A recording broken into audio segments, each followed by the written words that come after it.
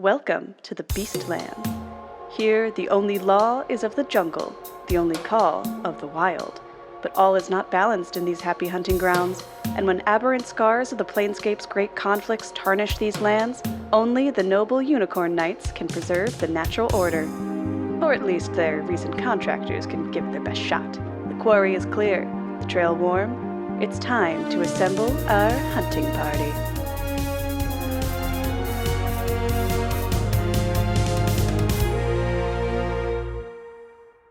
Hello and welcome to our little horror hunting D&D campaign, folks. My name is Austin, your friendly neighborhood dungeon master, and similar to how the velvet worm is a transitional species between annelids and arthropods, our player today knows a little something about transitions herself. Say hello, Sophia. Hi, it's me. It's Sophia. Damn it, Austin. I was going to do an animal thing for the promo. You're going to have to wake up pretty early in the morning to beat me to fun animal facts. In fact, I would love to hear what is your most... Actually, it might be funny for you to do animal facts. That way we can compare and contrast. Why don't you hit me with your most fun animal fact right now, Sophia? What is your most fun animal fact? Well, as you know, I am a strong, powerful woman in audio production, and another animal that values strong, powerful women is most, if not all, species of lemur who live in largely matriarchal societies. It's pretty good. Thank you. I had to do an essay on the ring-tailed lemur because I thought that was what Zabumafu was, but actually that is a Sikva's lemur. So now you know more things about lemurs, listeners of the show. We don't do D&D here. We just do an entire 2.5 hour episode where Austin and Sophia try to remember what Sophia in college learned about the ring-tailed lemur. Oh, that was a college essay? Yeah. That's incredibly funny. That was for my bioanthropology class. I'm afraid of trying to come in with more fun animal facts as a one-upsmanship. One, because it would look petty, and two, because I need to save them for several seasons worth of content. So I guess instead of talking facts about how armadillos, sloths, and anteaters are all part of the same order as Narthra, and it's a very, very ancient clade of mammals. Sure, yeah. Comparatively speaking, I guess instead I'll throw it to you for any cool opening intro and information stuff. Take it away. Well, that fact was my opening intro. In the first campaign, I did sports bits, and the second campaign, I didn't have a bit, and that was the bit itself. The third campaign, I was going to start by doing a little intro as though I was giving an animal fact, but I've already given my animal fact that I had prepared for this episode. So I hope everyone remembers that lemurs, matriarchal. Lemurs are for the ladies. But this episode is the second in our third campaign. So exciting. Just as a reminder, we have a Discord where you can chat with other fans about what's going on in this campaign, the antics, the two characters that you will have seen so far by the end of this episode. If you'd like to support us, you can do so by following us on our various social media platforms. It's pretty much at rollwithdifficulty everywhere. Or just give us a follow on your podcast platform of choice or subscribe over on YouTube. And if you really enjoy what we're doing and you want to get even more of it, exclusive bonuses from the cast, you can head on over to Patreon. And for a very reasonable subscription fee, receive extra bonuses like the Session 0 for one of the one-shots, Do or Die, that we just did a couple weeks ago.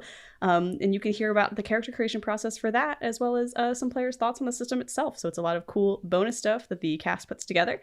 And I'd also like to take a moment to remind everyone to stick around for the Midroll on this episode, because we've got a special word from our friend over at Tabletop Hot Takes. So with all that, I will leap back into the trees of Madagascar, the one place in the world where you can find lemurs natively, and return this over to Austin. We lemur heavy this episode. It is. Ironically, I might be wrong about this, but I feel like ring-tailed lemurs are less arboreal than a lot of other lemurs. Yes, they actually live largely on the ground. They're ground, yeah. Which is part of why I thought that's what Zabumafu was, because in all the interstitials in the show Zabumafu from when I was a child, the lemur was leaping along the ground, and it's a black and white lemur. And I was like, of course, that's the ring-tailed lemur. But no, that's a different kind of lemur. It's a Sikva's lemur. I was misled in my memory as a child, but I still did remember lemur facts. A lot more lemurs live on the ground than you think they're gonna. We could talk about... my students love the wild krats. I can't think of the name. It's the new show with the wild krats. Thank you. They love the wild krats, and they're always shocked and awed when I try to explain to them that 20 years ago they had a show as well. Yes. Where they were teaching about animals. We could talk about the Krat brothers forever, and I often do. But we have an episode to get to. So, without any further ado, welcome to. Here we go. Campaign 3, Season 1, Episode 2. of Rolling with Difficulty hunting party. That's a title. We find ourselves where the hot sun Solera meets the gentle cooling breeze of the river Oceanus, and one of the few places in all of the Beastlands that you might be able to generously call civilization. A makeshift dock allows for the odd spelljammer to come through every day or two with travelers or sometimes goods, and where it meets the shore, an old piece of sun-bleached wood creaks on a rope and reads the name of this would-be town, Signpost. Though a few dozen buildings line the single street that makes up this settlement, they fight against the constant onslaught of the wild. Dirt that blows up onto porches and gathers in front of the doorways, vines that spring up from every side of every building and must be pulled up each day or risk covering the windows and walls. And all manner of birds and animals make their nests in the eaves and chimneys. It is a town that fights entropy and the very nature of this world, but a town nonetheless. And it is here that we find the hero of our story, though she may not be aware of it yet. Sophia, would you please describe your character and where we might find them performing their art in this town of Signpost? First of all, voice of God, I am 100% aware of it because I know everything that's going to happen all the time, alright? I'm a diviner. I'm the Seer Stray, Katya, and you see a wizardly dressed, beshawled woman, human woman with long, shaggy black hair that's kind of pulled into a rough braid under her comically enormous wizard's hat that I hope continues to get larger and larger with every passing episode. What is it, cursed? I just think it's cool, you know? I think that she should get to have a slightly bigger hat every time. And she is draped in various kind of purples and pinks in her outfit. It's a little bit practical and a little bit ostentatious as she sits back either around a campfire or the corner of a tavern or something, a table laid out in front of her, and you see that she's kind of shuffling this astrally decorated deck of cards, waiting for anyone to approach her and perhaps see what she's shuffling about. Fantastic. And I'm sorry, I think you did say, but what kind of a place might we find you in Signpost? Are you operating out on the street? Are you in a... Yeah, anywhere social. So if I'm picturing, because we're in the Beastlands, maybe there's like a communal campfire or something as opposed to like a traditional D&D tavern, but any sort of inn or social setting would be where she would kind of congregate. She needs to be where the people are. Of course, there actually is an inn that's pretty empty right now. It's more of instead of like kind of that like cozy like a Wild West feeling saloon with like a fireplace. It's a lot more like a Wild West saloon. Yeah, dude. Yeah, the door does not fully cover from floor to eaves. It kind of swings back and forth. And there's like porches out with big porches where people can like stand and if they have any beasts of burden, let them tie them up and let them drink from water troughs. And so, yeah, sitting in here, the wind that's coming off of the river kind of blowing those swinging doors in the breeze. We find you sitting in the inn that's called the Boar's Boot, or at least that's what everyone refers to it as. There's no written name over the door, but... yeah, you are sitting in here, and a few patrons are milling about. I was going to say the main draw of this place. The main draw of this place is that it has beds, which is like not something you could assume when you're in the Beastlands. Beyond that, like food wise, the main draw of this place is that it has like a lot of different kinds of like meads and wines and things like that. There's no beer or ale here to speak because no one's really farming here. So you don't have like wheat or barley, but naturally occurring fruit are harvested and brewed here into all kinds of different sweet, high alcohol content concoctions. And so you see that there are many ardlings, which is the kind of catch-all term for the beast folk that are indigenous to the Beastlands, wandering around here. A tiger man behind the bar, a little family of Kenku raven people basically sitting around a table, each of them with their own little cup of water, it looks like, mostly, none of them heavily drinking there, and there is a large loxodon, so an elephant woman, who finishes a drink that looks comically small in her hand, but as she puts it down on the table, you see just how tall it is compared to. Are you drinking yourself, or do you are you partaking, or are you like I'm on job? I have to remain sharp. No, Katya's got a cup of tea in front of her. She's got her own travel teacup that she pulls out from.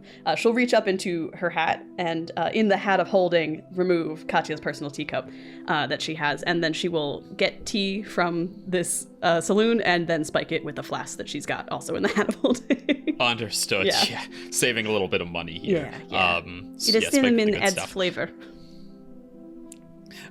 Compared to your tiny teacup, this huge mug that she sets down is enormous.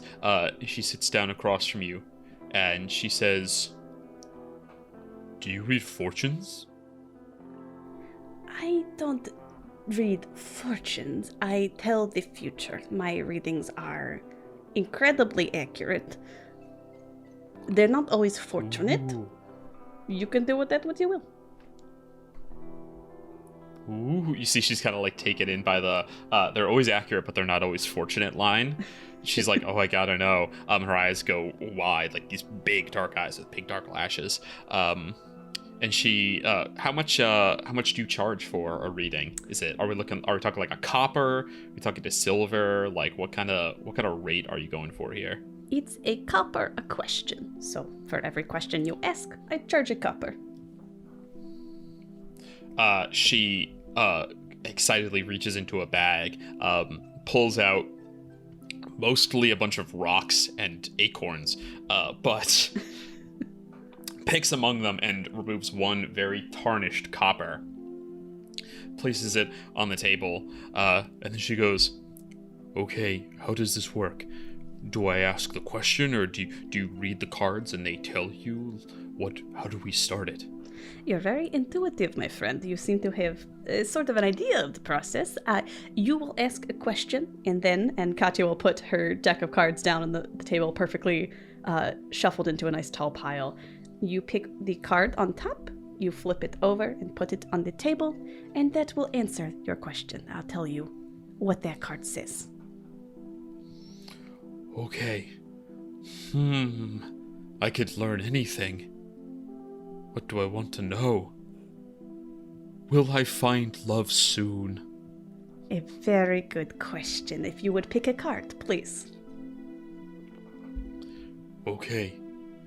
She goes and she, her hand hovers and then selects one off to your left. Pulls it. Yeah, so the way that this game works is we have a deck of 20 cards that we've made in a previous Patreon hangout.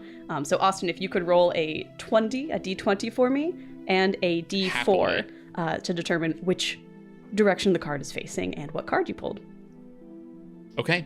I rolled a 12 on the D20 and a 3 on the D4. Awesome. Yes, okay. This is very interesting as an answer to your question. You wanted to know if you would find love, and you have pulled the Weaver. That is a representation of Mistra, often associated with magic. And as Katya begins to do the reading, any clothing that this Loxodon is wearing starts to just have these embroidered hearts like pop up on it in a fabric glamour that briefly appears with the pulling of this card. Ooh, that must be a good sign. Yes, it's the Mistra is largely concerned with the weave, but that is something that encompasses everything and is very far-reaching and vast. So your love may be somewhere out there in the stars. It is certainly part of the Planescape, but you might have to do a bit of searching to find it. But never fear, it seems that according to the cards, something is woven in the grand tapestry of the Planescape for you. I need to book passage to the Astral Sea right away. Yes, this could be very good for you. I mean, again, satisfaction not guaranteed, but it seems that you're pretty happy with how this went, yes? Oh, very happy. Thank you. Oh, I should pack right away. Yes. She's got to go pack her trunk. If you have any questions about what boat to take, you know where to find me. She hurries off, and you pick up this very tarnished old. You can't even tell what world this copper piece is from. You're like, oh, it's round and copper, so I guess this is technically a copper piece. But it doesn't have the crown of sigil stamped on it. It's not from Arcadia or any world that that uses legal tender. I'll like take a bite to like try and do that, like test the metal and see what it tastes like, and then just stick it in my hat with the rest of my money. It's so dirty. It's got so much dirt on it. Fantastic. You pick up your cards, shuffle them back up, take a sip of your spiked. What are you spiking with? Like moonshine? It's a good question. I guess I said I had like a cinnamon flavor. So like, what's the a little bit cinnamony? Is it Jaeger that I'm thinking of? Vodka. Let's just say it's vodka. Fireball is cinnamony. Oh, you know what? That's because that's a wizard spell. Let's say fireball. It's the wizard drink of fireball. This is my favorite spell to have prepared.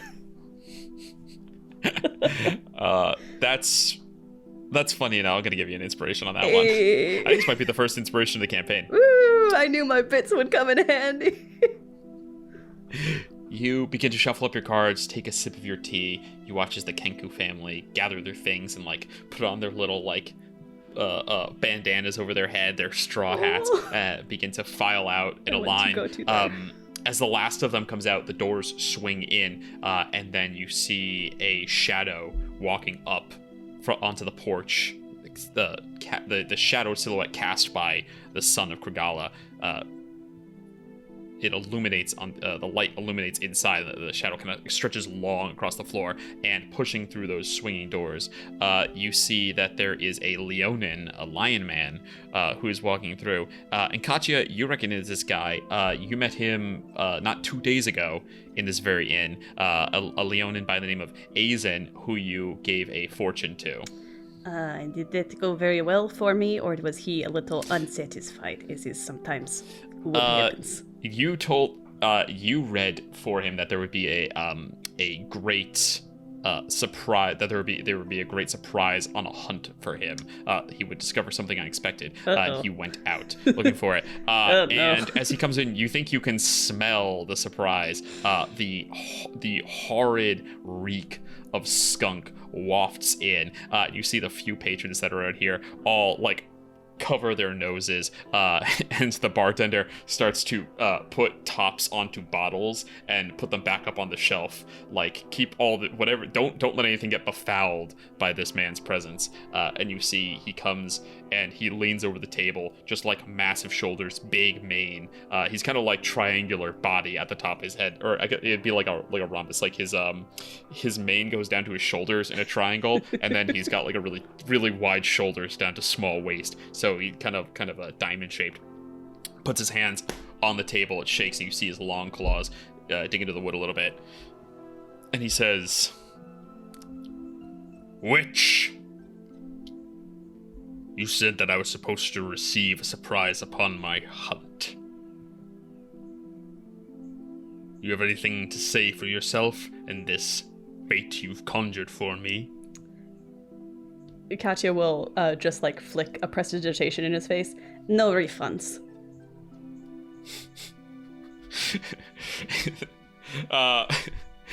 Make a persuasion check at disadvantage. Yeah. For the audience, I have a negative charisma score. But I do have a proficiency in persuasion, so we'll see. You have a negative in proficiency is very funny to me. Yeah. That is 11. 11? He lets out a bellow, and he flips the table. Your teacup goes clattering across the ground. Your alcohol spills everywhere. Your cards flutter off and all cover the floor here, settling into the like thin layer of dust that no matter how much you sweep just keeps blowing into this restaurant. He is going to, if he would like to engage initiative, are you going to do anything to get away, or are we rolling right now? Yeah, I think that it's probably going to be initiative. Oh, you know what? All right, hell yeah. Yeah, it's going to be initiative. Okay. So we're going to do this as a theater of the mind combat within the Boar's Boot here in Signpost. So go ahead and roll your initiative. Yes. Katya actually has remarkably good initiative because I have the alert feat, which is really... I'm learning the character sheet as we play the session a little bit, so I'm excited to get to tell the audience constantly why I have the numbers that I have and things. That's a 17 for Katya. Or no, 18 for Katya, 17. excuse me. 18. That's perfect because, as he goes to lunge at you, there is that moment where you sense your divination comes in handy and you sense oncoming violence. So you have, quite the bonus to initiative. So you come in at an 18. However, he is going to come in at a total of 20. Ooh. So even though you are remarkably fast and you tend to be able to sense when danger is coming, something that's come in very handy for you, he is still going to get the first action here. So we begin combat as he stands in front of you. He is going to make his attacks. He roars, his claws come out long, and he's going to roll at you twice. Sure. All right. The first one is a natural 1. That'll miss. Which I choose to interpret as you knowing that even though he's acting with shocking speed, you just knowing that this attack is back coming. a little bit more. You lean back. You're like still seated, lean back out of his grasp. But then as you, like your chair starts to tip backwards, he grabs you with the other claw and tosses you into the wall, which is actually the staircase is like behind you, leading up to the second floor. The tallest building in this town is 2 floors, by the way. Like that's as tall as they get. Bad town perspective, man. Cool. He's going to hit you with 1 claw attack, which is going to deal. What was the roll to hit with that claw? Oh, I'm so sorry. It was a dirty 20. I think I cannot shield enough to get rid of that, so it will hit in fact. Yeah, because shield's just +5. Okay. Fantastic. So you're going to take 8 points of slashing damage from that 1 claw attack, and he's going to move back up into your space. He's going to get right in front of you again. So yeah, you're standing face to face with him. He towers over. How tall is Katya? Like 5'2". Okay, so yeah, she's on the smaller side. So yeah, this guy's towering over her. All right, that is going to end his turn, and it is your turn. Okay. I'm going to cast invisibility on myself and run away, is what I would like to do. Okay. You whoosh, turn invisible. He just... Even though you're clearly a wizard, he looks shocked, and you're going to run away. Now, I will say, your cards are scattered on the ground. What are you going to do about the cards? Do I have time to, like, sort of, because I like to think that I've got Mage Hand and Prestidigitation through some combo of them and actually picking them up with my hand. Could I, like, run my hat along the floor and just kind of, like, scoop them up? I love that. Let's make a sleight of hand check to see if you can get them all on your way out. Now, sleight of hand, I'm very, very good at. Oh, okay. Yes. Who would have known? I'm learning these.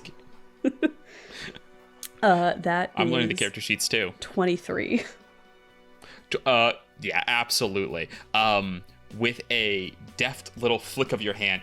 This is not the first time you've had to pick up your cards on the run. Nope. You pull off your hat and kind of open it, and you know with the pocket dimension that's inside, if you do it the right way, you can get kind of a little bit of suction on it. Just like, you know, you ever open a window and there's that pressure differential kind of blows in the curtains? Same kind of thing. You open it and the cards all like kind of sweep up, and you with one arm sweep them all up into the air, hat on your head, scoop up the teacup, and you are out of the inn. All right. We are going to go ahead and do a stealth check against his active perception check to see if he can find you as you run out into the street. So we're kind of dropping initiative for a minute here. Where are you going to try to hide? And then tell me what your stealth roll is. And don't forget, you get to roll at advantage because of your invisibility. Because of invisibility. Yeah, I think Katya like does this so much that she almost doesn't try to hide. She just starts invisibly trying to put as much distance between her and whoever is chasing her as possible. So she'll just start like making her way down the street, like continuing to walk away, confident that her invisibility is enough to at least keep this Leonin from immediately spotting her. And with a natural 13 and a natural 18 plus 7, I feel that she may in fact escape. 25. Okay. Yeah. This guy is going to... I've already forgotten his name. That's what happens. Aizen is going to try to find you. Now, he has disadvantage to perceive you because you're invisible, but he has advantage because of his keen nose. So it's going to be a straight D20 roll. She's not that gun. And would you say your total was 25 or something crazy? 18 plus 7. So, 25. I can do math. 25, okay. He rolls with +6 to this, so if he doesn't roll a 19 or a 20, he's going to lose you. Oh, I didn't roll my portent die for this session. I'm so sorry. Oh, yes, we do need to get those. All right, yeah, I've got those. All right, I rolled a natural 19 plus 3 wisdom plus 3 proficiency. I'd like you to go ahead and take an 8 on that instead. Okay, as... like you did actually not do that. He comes out, and you see he sniffs the air, and for a moment, you're certain that he is going to catch your scent, because the wind off of... You realize you're walking towards the River Oceanus, and the breeze is blowing towards you. But you reach into fate, and you pull at the strings of fate. Instead of the wind blowing towards you, it blows right towards him. It blows towards you. It switches directions, and all he gets is the scent of skunk full up his nose, and his eyes start to water, and you can tell he's about to throw up, and he runs off to a barrel on one side of a street and hurls into it. Get fucked, my dude. We watch as your little footprints away and around a corner. You find some shade, very difficult to find here in the Beastland, in Kragala at all, but especially here in Signpost. And stop. You wait to make sure that he's gone. A minute. 2 minutes. No sign of him. But then you do hear another voice. Oh. You hear a voice call out from the far end of the alley. So this would be someone who's coming from outside of Signpost, walking in up this alley to the one single street. You hear a woman's voice that you recognize, and she says, "I see that you're as popular as always, Katya." And walking up this alley, she's not staring at you. She's casting around. She knows you must have run in here, but she can't actually perceive you. You see a pale elf. She has pallid skin, hair that is white, which is really hard to look at actually in this in the bright sun of Kragala. And she is wearing wizard robes that are... she also has white wizard robes, but they are obscured by the fact that she's wearing a black cloak that has kind of sparkling stars on it. And if you watch for long enough, you'll see that the stars do dim, and they grow in and out of brightness, like it is some sort of view into the night sky rather than just a woven tapestry. She's carrying a staff, and... you would recognize anywhere Oilia, the wizard druid who you have met before in this plane. Ah, Oilia. And I will drop invisibility. You're as prone to sunburn as ever, I see. That's what I have the hood for. I see you're as prone to making friends as always. Well, satisfaction not guaranteed. Accuracy, sure. Satisfaction, not so much. Accuracy. Yeah. Honestly, I didn't expect you to be hanging around here any longer. I was surprised to learn that you were still in Signpost.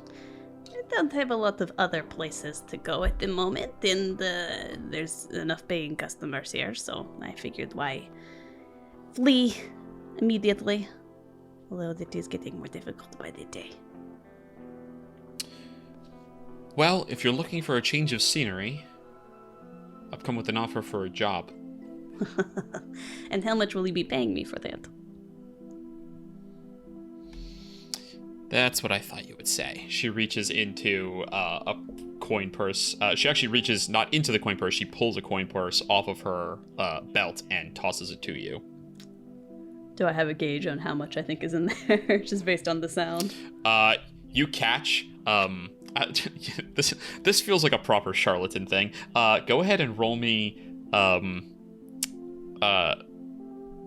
I feel like let's not make it perception. Let's make it another sleight of hand. I know that's usually for pickpocketing, but I feel like sleight of hand is appropriate for like, and like counting how many gold. People can't see me pretending to hold a bag of gold and jiggling with my hand, but I feel like that's appropriate. All right, sleight of hand. That's a 17. 17? You're like, there's probably about 50 gold in this bag.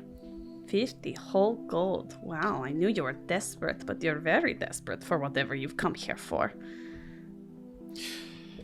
If I wasn't desperate, I wouldn't be coming to talk to you, would I? You don't need to be a diviner to know that. So, what do you need? Straight to the point, then. All right. She kind of looks around, and she's weighing, like, we should sit down somewhere. She walks into the shade to kind of get out of the sun, and plops herself down cross-legged onto the ground in a little patch of weeds, just so that she's not sitting directly in the dirt. Do you also sit, or do you stand? What would you like to do? I'll pull a little blanket out of the hat of holding and plop it on the ground and sit on that. I'm not going to get my robes dirty. I mean, everything's already dusty here anyway, but you gotta try and keep your own stuff nice, you know? I don't know how you do the white all the time. You might be in the wrong world for that. Doesn't it, like, grass stain? The whole white Don't you know prestidigitation? We're getting sidetracked.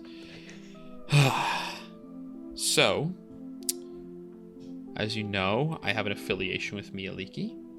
As one of the Unicorn Knights, we're tasked with keeping an eye on the Beastlands, maintaining the delicate balance of all the creatures of the forest. You know, big picture kind of things. So I was following up on a couple strange goings-on, and I thought that I would seek out an ally to see if they had any wisdom to share. Are you familiar with Botric? Am I familiar with Botric? Great question. Why don't you go ahead and roll a history check? You've been here for a little while, but not that long. How long have you been in the Beastlands for? Maybe a month, maybe a month and a half. Katya has been on the move for some time. She rarely stays in one place for very long. Yeah, so we'll say like 6-ish weeks. Go ahead and roll a history check, neither advantage nor disadvantage. Yeah, that's a natural 1. I don't know shit. No. What do you? She's like, have you heard of Botric? Perhaps you should be more particular with the details, just to make sure you know I can sort through my mind palace. Oh, 30-foot tall elk? Lord of all of the cloven creatures? Yeah, it's ringing a bell. Okay, yeah. Anyway, his domain is across River Oceanus, not far from the Grove of the Unicorn, at Heartreach. I went there to speak with him, and he wasn't there, which actually isn't unusual for him, unlike most of the Beast Lords. He's got a bit of wanderlust, tends to take his herd and move around, checking up on things and seeing what's going on in the rest of Kragala. So I tried to divine his location, but when I tried, it failed. The more I tried to look, the different spells, rituals I cast, whatever it was, I could get glimpses. Worry and distress. A skull with antlers, but no flesh. But the more I tried to look, it was like trying to move your eyes closer to something to see it better, but your head blocks out the light as you move it.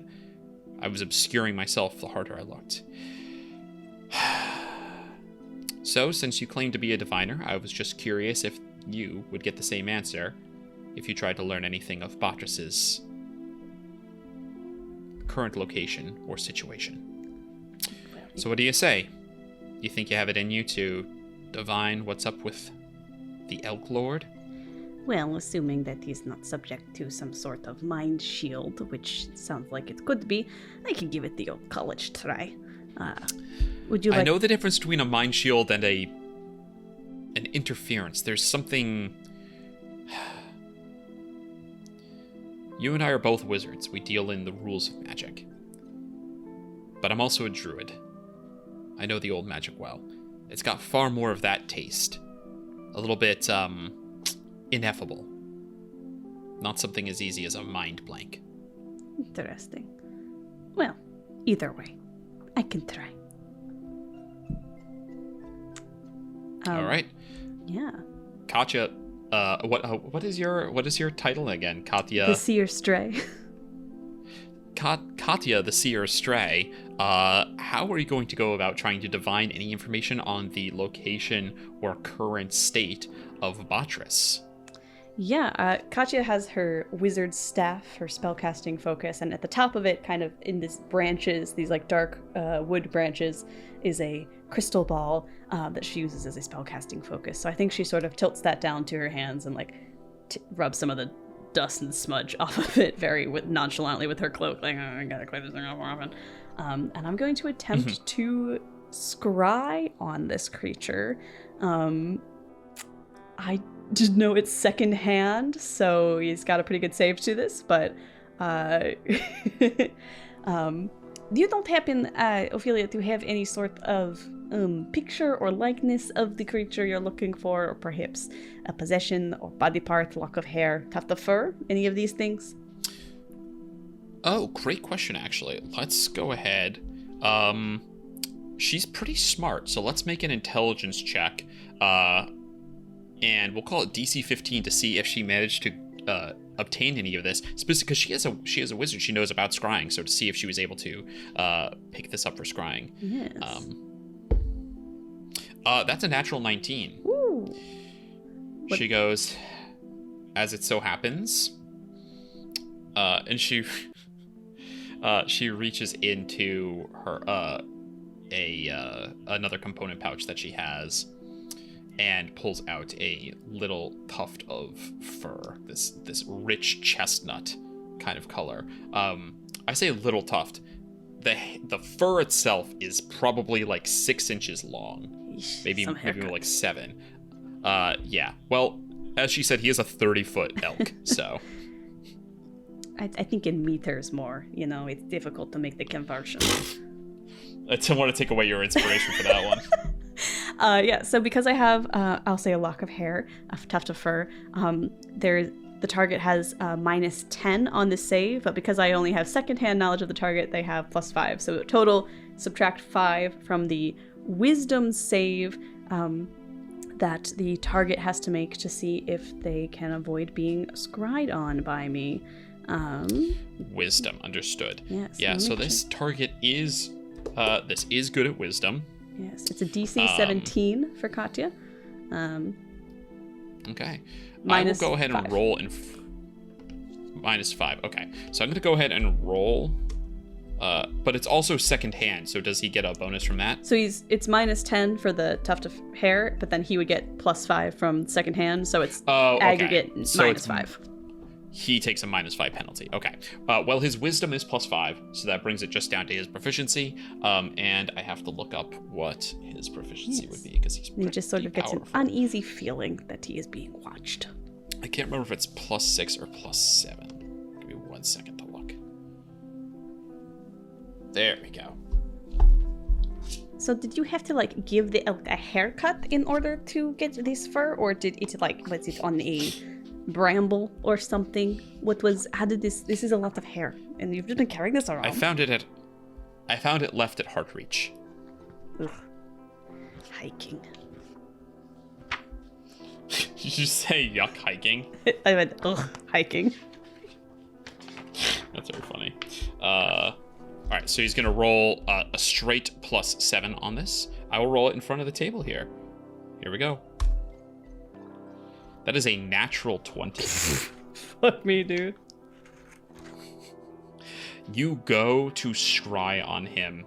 Now, I think as a well practiced wizard, you know that this is just you can sense it's a success on the saving throw, not a beyond supernatural interference on your spell. But you get the sense you're like, oh, just scrying is too small a thing. This creature is too powerful for me to do a normal scry on it. I'm gonna have to try something a little bit more with a little bit more heft.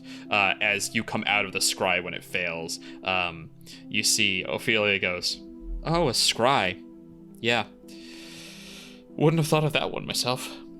I just was assuming that yours wouldn't work, and of course, mine didn't either, but it seems that you have a very wise elk on your hands. Well, he is the lord of all elk, so... I don't know how wise the average elk is, I'm not making assumptions. Okay, well, normal scrying obviously is not going to work. Now, I can locate creatures, although it takes a little bit more direct action. Do you have a way that we could get across to the Heart Reach? As a matter of fact, I do have a boat here, if traveling to his domain would help. Believe it would. But I don't think that, like, locate creature, she's skeptical of locate creature, because locate creature is within, like, 100 yards or something like that, or 500 feet or something like that. She's like, if he was there in his domain, we'd have known it. Not to impress this too much, but he's 30 feet tall. Yes, he's very tall. It's a big elk. I'm getting that picture. How much of that is the horns, and how much of that is actually the elk? Antlers? Yeah, whatever. Antlers are he's got pretty big antlers, but, I don't know. Maybe 20 feet elk, and is this important? Well, it's helpful to say, like, yeah, if he was a smaller elk, he'd be harder to find. Because it'd be shorter, you couldn't see him. Or maybe his antlers look like branches. So, this could be a problem for you. I do this mistake. I'll just take that gold pack if you don't mind. No. I never fail a job. I will find this creature for you. It just may take more time than I can do in an alleyway. Fine. Okay. So you want to go to Heartreach? I do. Sorry, Austin, give me 1 second to check on my spell list, because there are a lot of divination spells. I was going to say, you do have a lot of divination spells at your disposal, so... Yes. This creature is like a god? He would be to Sophia, he is on the level of like a demon lord. He's not quite a god, but he's pretty powerful. He is, you would call him a capital P power. He would not be allowed in Sigil. He is too powerful. So god or god servant would apply. Okay. Yeah, I would say that's a reasonable connection. Yeah, I think I'm going to... Katya will be like... I think that makes the most sense. I have a bit more of a direct way to try and contact this elk. Where'd the spell go on my spell list? Preparing spells. It's a 4th level spell, looks like. Yeah, it's... Looks like a 4th level spell. I have so many spells. And you can cast it as a ritual. Yes. You're a wizard. You did this to you. I did this to me, I know. I'll reach into my hat and pull out a couple sticks of incense. Now, I can ask your missing deer a question that may help us narrow down this search. Because clearly they're quite resistant to divination magic, but they will be honor-bound to answer my questions, so that is helpful.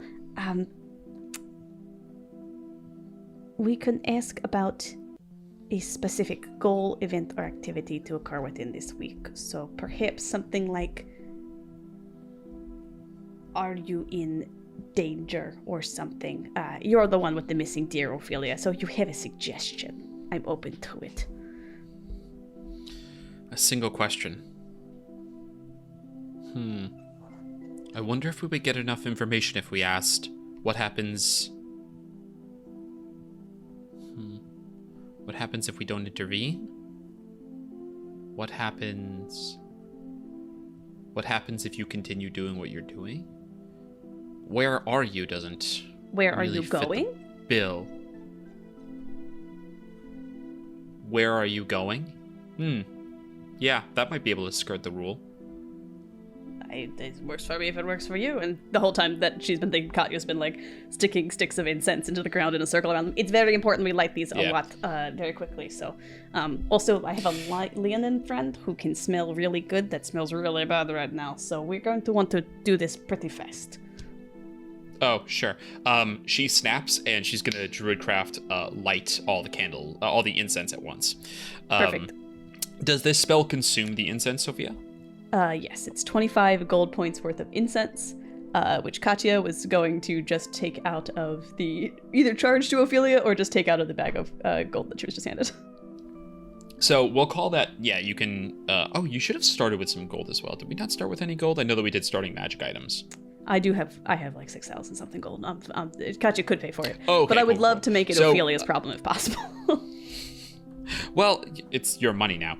Go ahead and subtract the 25. I am going to say, however, that let's go ahead and mark part of this campaign is a resource management because it's not easy to buy things in the Beastlands. So I'm going to say that you have, after using this 25, you have 25 gold pieces left of incense. So basically you can cast this spell once more. And if not, and then barring that, you have two options. You can buy things from Signpost. They are double the price because it's so hard to get things here. Or you can forage for supplies that can work that either, depending on the material, either will be the same material component or can function as that material component. Cool. And those are nature checks trying to forage for those kinds of things. But for now, let's go ahead and say that you've kept this on hand. You've only been here 6 weeks. You haven't depleted all of your spell material component reserves. Getting a little tenuous, but I'm doing my best. Ophelia lights them for you, and you see that even through all of the things she said, she's kind of being a professional about it and helps you clear the space and draw the runes, the magical inscriptions in the dirt that you have to, since she is a bit of a diviner herself, although she is a more see things in the stars type of druid wizard. So your spell is prepared. You're casting as a ritual, right? Yeah, Katya will sit cross-legged in the center of the incense circle and kind of palm the crystal ball. She can kind of like lift it up and remove it from the wizard staff that she just sort of unceremoniously jams into the dirt somewhere nearby so that she doesn't lose track of it. And just sort of palms the crystal ball, close her eyes, and start muttering the incantation to ritually cast it. Although it only takes one action. It's a pretty quick ritual. Well, and on top of the, it's 10 minutes plus one action for the ritual. So as you set up all of the components to cast this spell and then mutter the final words, you find yourself, even though you can feel you're still sitting on the ground, you find yourself standing very close to an enormous eye, and for a moment there's like this kind of Lovecraftian horror moment as you're looking up this eye, and then the whole thing kind of focus racks, and you find you're standing next to an elk's head on one side of it, and the eye is looking down at you. It has this, it's wide-eyed and wild, and it's kind of casting around, and then looks down and focuses on you.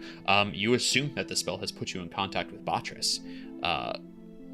You ask one question about a specific goal, event, or activity to occur within 7 days. Botric offers a truthful reply, which may be a short phrase or cryptic rhyme. Give me a rhyme, Austin. I demand the voice of God do slam poetry right now. Katya, what do you ask? Botric, where are you going? You hear a deep voice in distress. Down into the mire. They're writhing. Help me. And then you are pulled from your vision. That was down into the mire, he said. Well, I have good news and bad news. Okay. I struggle to think of what those things could be, but go on. Which do you want first, the good news or the bad news? Start with the bad news. It makes up for the good news. The good news makes up for it later. I can actually only give it to you good news first. Good news, I know where they're going. Bad news, it's something called Then why did you ask Mire. me? It's the illusion of choice. Almost everyone picks good news. It's not my fault you're weird. Somewhere called the Mire. It must be the Chokemire, but that's just across the river. It's not far from Heartreach. Oh, good. It was good news anyway. It's easier to get to. Yeah, but why would he be... Did he say anything else? He seemed in distress. There was something about their writhing, I think, or their writhing. I think more writhing, like tentacles. Shouldn't be anything in the mire that could deal with Botric. It hasn't been the domain of a beast lord in some time. Certainly nothing that writhes. I think it used to be the crane lord. Well, this is very distressing. She picks herself up and does a little gust and blows the dust off of her black cloak. Pulls up the hood as she's about to walk back out into the sun. Well, are you coming? If I don't go with you, I don't get to keep the remaining 25 gold, I'm assuming. That would be 50 gold that I paid you for the task. The job's not over. For whatever reason, you were able to see through whatever illusion, whatever obfuscation I wasn't able to. We might need more divination once we get to the Chokemire. It's a big swamp. That is pretty bad. You seem pretty desperate. Tell me, does your desperation come with a travel fee of any kind, or perhaps a bonus for having to, leave my office, as it were? Mr. Lion Man, there's a woman here with a large hat. She says you stink very badly? You're a real asshole, Ophelia. You know that? You're like a real fucking prick. Yeah, and you're a charlatan. So, what better use for your time do you have? A charlatan who you desperately need. But as Katya's saying this, she's already walking progressively faster to get away from the area where the Leonin might still be hanging out. Come you on, said I you have have a boat or something? We should go that way? Yes? No? Left? Right? Yep. You'll know it. It's the very small one. You come to the dock, and there are no other boats there. There is one small, looks like a rowboat situation. I don't row. Lucky for you, I'll just ask the river to take us. Katya will step gingerly into the boat and not dip any hands into the water or anything. Make a dexterity check. Check or saving throw? Check. It's a 7.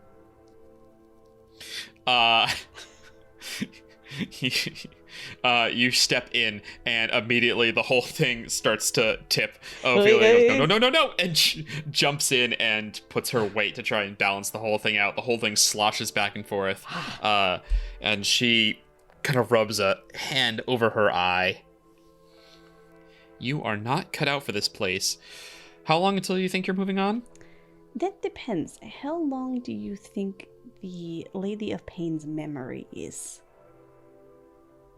Oh, good. Sit down. Katya will gingerly, squat and then eventually reach a sitting position in the boat. I don't like water. It's the rest of the stuff I can deal with, but everywhere's got rivers. Really? Water is where you draw the line? She does a little motion with her hand is going to cast control water, and the boat begins to drift itself. It's actually a well-made boat. Like I described it as a small rowboat. It is quite small, but looking at it, it's quite well made. It is actually well made would be the wrong term. It looks more grown than anything else. As you look at it, it appears to be one solid piece of wood that flows into each other. Even the benches that surround the outside of it are part of the whole of the hull. And you guys begin to sail off across the River Oceanus. So, water's where you draw the line? Some traumatic bath experience in your past, or? I can't swim, so it would be bad, I assume, in my future. But no, not particularly. I just don't. Oh. What am I going to do with that? And she'll just sort of gesture to the river. I can't swim, better hold on then. You feel the boat gives a little bump and tips a little bit as she uses the control water to kind of rock it. And you ask why I don't like water. People do this shit. It's the worst version of a jet ski. The plane of water, horrible. Ugh, everything was damp all the time. Never been myself. Always seemed a little, opulent. Yeah, they pay well, but oh, yes. You'd think that with all of their, opulence, they could figure out how towels work. If they paid so well, even with all the water, why'd you leave? It's not like anyone here has much coin to speak of. Mostly people trade in furs and meats and things. Yeah, they're not so bad. Or is it just that you've been run out of every plane that's got enough people to form an angry mob? Well, first of all, I think you're being very disparaging to the good people of the Beastlands. They're relatively pretty nice, and honestly, they have a lot of questions that need answering, so I'm happy to occasionally get a nice a piece of meat out of it or whatever. I prefer a vegetable, but I'm not opposed to some good hunting spoils, and I have been run out of everywhere else in the Planescape, so it's not like it's entirely up to me anyway. Yeah, that's what I thought. Alright, hold on. For real this time, actually. It's gonna get a little difficult to navigate. Katya's nails, dig into the side of the boat. She's holding on for dear life. You have been, going for about half an hour now, and you see that the opposite shore is beginning to approach.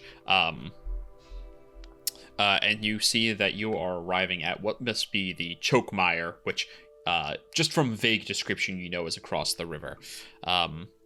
It lives up to its name.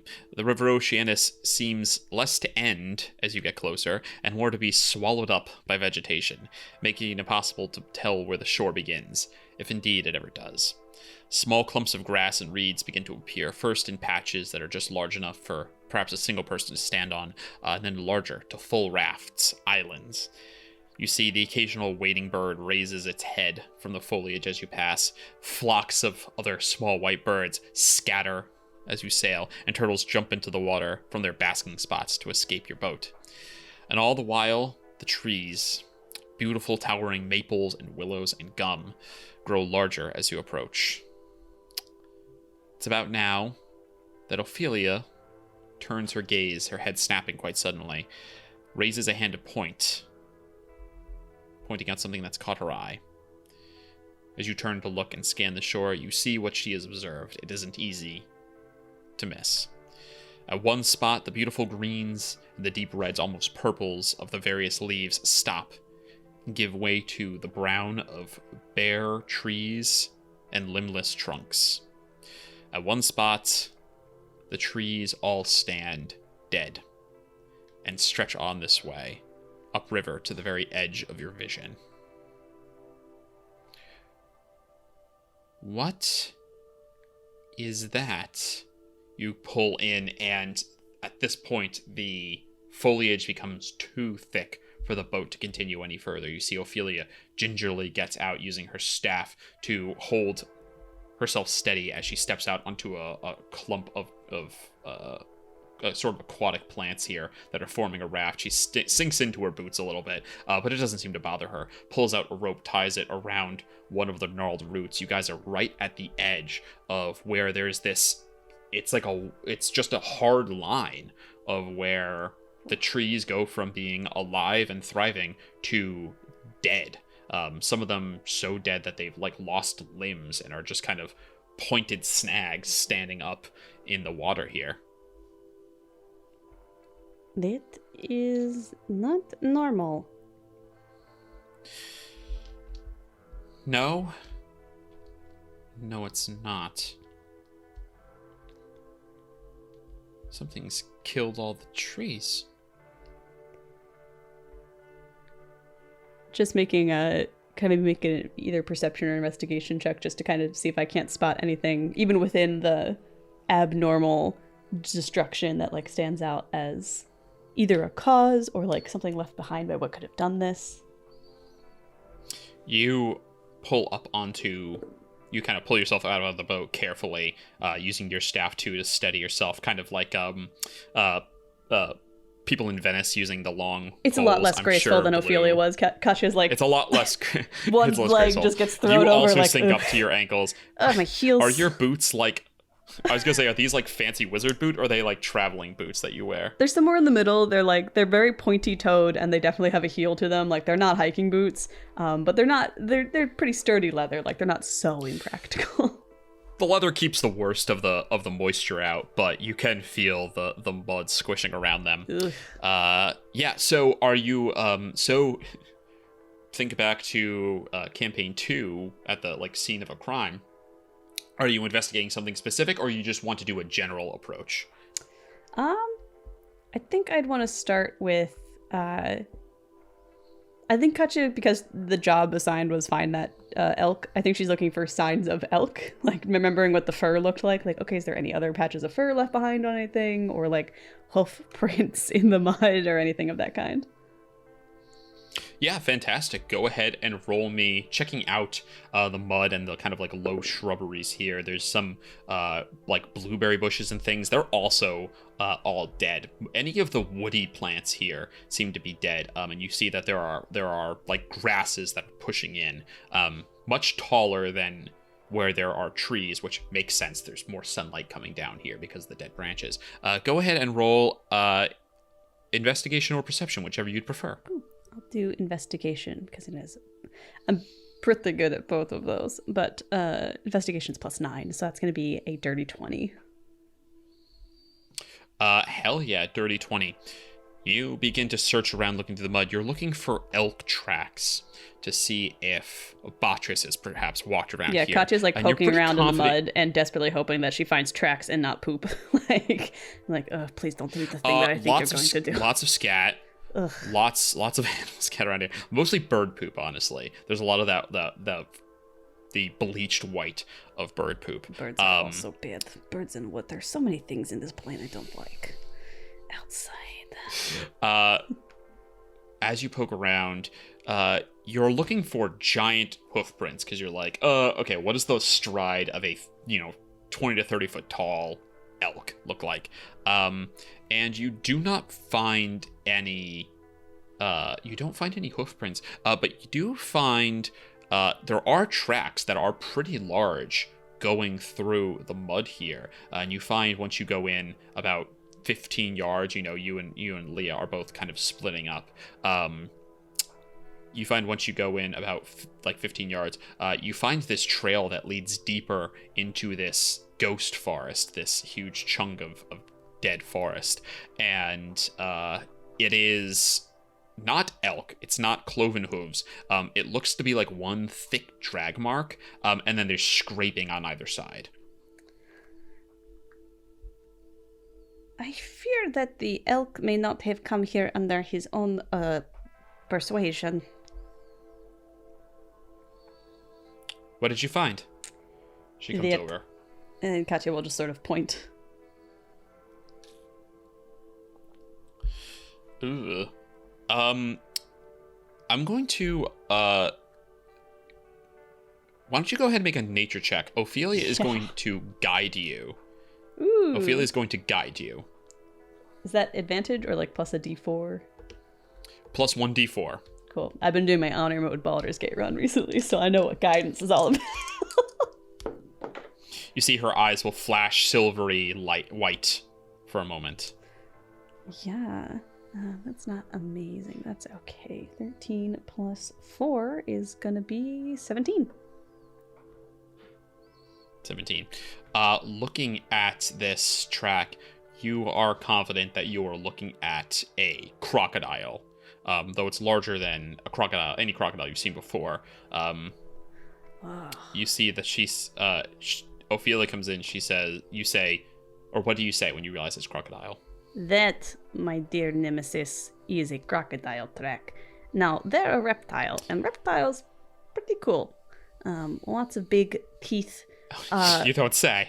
Yeah, bad for us generally in terms of like survival, but really neat in terms of things that exist. I don't know. I think they're cool, but more like in the gecko spell. That big toothy guy probably not going to be fun for us. No, I would guess not. But it's larger than any normal crocodile, even for the Beastlands. Just judging by you how don't say. Heavy it seems. Okay, well, you're not even dressed for this hike, so. In fairness to me, I did not know I was going to be hiking today. Well, in fairness to me, if I had any other choices, I would have gone with them. Yeah. Okay. Well, she kind of looks up and around. I guess our best lead is to follow this then. Yes, I fear that wherever this giant crocodile is going, even if it doesn't have your elk friend, is probably where the giant elk is also going. Yeah. Rarely a coincidence out here. Okay, hold on one moment. See if I can't get us a little bit of help. She is going to bring out her spell book, open it, and she's going to cast Find Familiar. You watch as she does the incantation, pulling out a bit of her own incense, which burns as she places it, just sticks it right into the mud in the ground, and then, poof, you watch as forming a little ball of feather expands until you're looking at a hawk. You're looking at a kind of reddish hawk, smaller than an actual red tail would be. It's small enough to sit comfortably on her shoulder, which it flaps up and sits up there. But you see it kind of like eyes you, turning one head to the side, back and forth. And she says, Katya, Halkin. Falcon. Katya just nods at it like, "Meh." All right, off you go. She sends him up into the sky, and she says, her eyes kind of go white for a second, and then she comes back as you realize she's seeing through her familiar's eyes. She says, all right, he can see the trail pretty clearly. Between he and us, it should be relatively easy to follow it, and hopefully not get surprised by anything along the way. So, yes, your lead or mine. This is going to be a survival check to follow the tracks. It is at advantage because Halkin gives you a bird's eye view. But nice. She's asking, do you want to lead it? Or do you want to roll survival, or do you want her to roll survival? I'm going to intuit that the druid might be slightly better at survival than me, who has +0. So I'm going to allow Oilia to take the lead on this one. I can follow closely behind and make sure we don't go the wrong way. I could throw up a locate creature, for example, just to kind of scan out immediately around us in case someone got dragged off our trail. Honestly, a locate creature on a crocodile wouldn't go. Yeah. At least then we won't be surprised. Not be. Yeah, exactly. Go ahead and roll an insight check on Oilia. She's gonna roll her survival, and you can go ahead and roll an insight check on Oilia. That's a natural one. She is the expert, and it's best to leave it to her. Okay. She has a +3 to this, so she's going to roll with a 16 total, which is enough. You guys begin to make your way through this spooky forest. Honestly, it would probably be spookier if it wasn't broad daylight the whole time. But as you're aware, it is. Actually, now that I mention it, you're gonna walk for about an hour, and pardon me, hiccups. You've already spent about an hour getting here. Why don't you go ahead and just roll me 2d12. I would love to see what time of day it is. Yeah. Also, just to call it, I am going to put locate creature on the crocodile up on Katya. She'll Cool. How long does it last for? An hour. Oh, hell yeah. Okay. Yeah. And that's the dice I have, I can't tell if that's a 9 or a 6. Hold on, I gotta see if the other numbers on here real quick. They look the fucking, oh, I see. They have cat ears in the one. A 9 and a 5 on the D12s. Okay, 14. So, technically it means it can't be 0, but that's fine. Hours do pass. There are days in the Beastlands. They're marked by a 1-hour thunderstorm that rolls through every 24 hours. So even though the sun never wavers, it's always high noon. People kind of set their schedules by the rainstorm. It's a good opportunity to bed down. So a lot of people kind of treat the thunderstorm as like, okay, that's that's kind of like, quote, nightfall here. It's time for us to bed down and just kind of go to sleep. So a lot of people kind of set their daily cycle by that. But you're a long way off from the rainstorm, because that means it was only 14 would be 2 o'clock when you guys get started. So now we're coming in at like 4 o'clock as you guys finish this tracking. So you guys got a long time before the rainstorm. Not anything bad happens. You just get wet. You roll a D100. If we roll a 1, you get struck by lightning. Awful. Fantastic. You guys begin to follow the path. Halkin circling. Every now and again, Ophelia will freeze up and keep an eye through Halkin. Is there anything? And you just have locate creature up. Is there any kind of? Does it say like you get advantage? I think you just know, right? I think you know.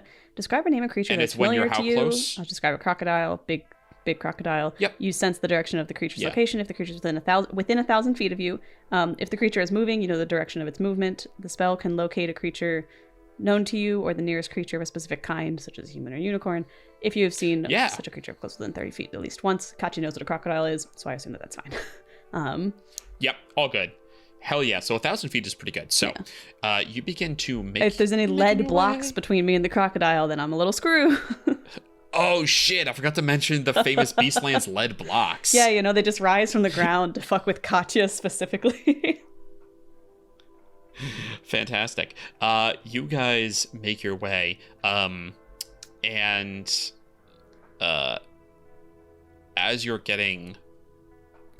You're making your way through now. You've gone more than a mile at this point. The dead trees have not ceased, although a lot of them have fallen over. You notice that the wet ground has really tampered with them, and a lot of them have tipped over and become fallen trees at this point. So you have to step over a lot of stumps, a lot of logs. It's very circuitous, but then again, so is the trail. And on occasion, when you lose it because of the large patches of water that, occasionally there's like an actual like body of water, a pond or a lake here, Halkin is able to pick it up on the other side pretty easily. So you come in, which is when you sense, how do I describe this? You pick up a bunch of readings, but all on top of each other. Like, literally, it's like 5 square feet is pinging your brain like a bunch of times. Feel it. What? I have been looking for a crocodile, expecting one really big one, but there's a lot of little ones all sort of on top of each other, apparently, like here. Okay. Like a tower of crocodiles? You know Lincoln Logs? I'm familiar with the concept. Yeah, like that, I think. It's hard to tell. They might just be in the... maybe they're swimming. Okay, well, how are you at stealth? I do okay. All right. How are you? Let's try to get a little bit closer. You're wearing a bright white outfit, so I have to assume bad. She looks down. She actually has armor on. She has a breastplate over her white robes. Middling. Okay. Let Katya fix, as I do for all of your problems, it seems. I'm going to cast invisibility again. Okay. I'll cast it at the 3rd level so I can target myself and Ophelia. Okay. You both turn invisible. Let's go ahead and make some stealth checks. Hell yeah.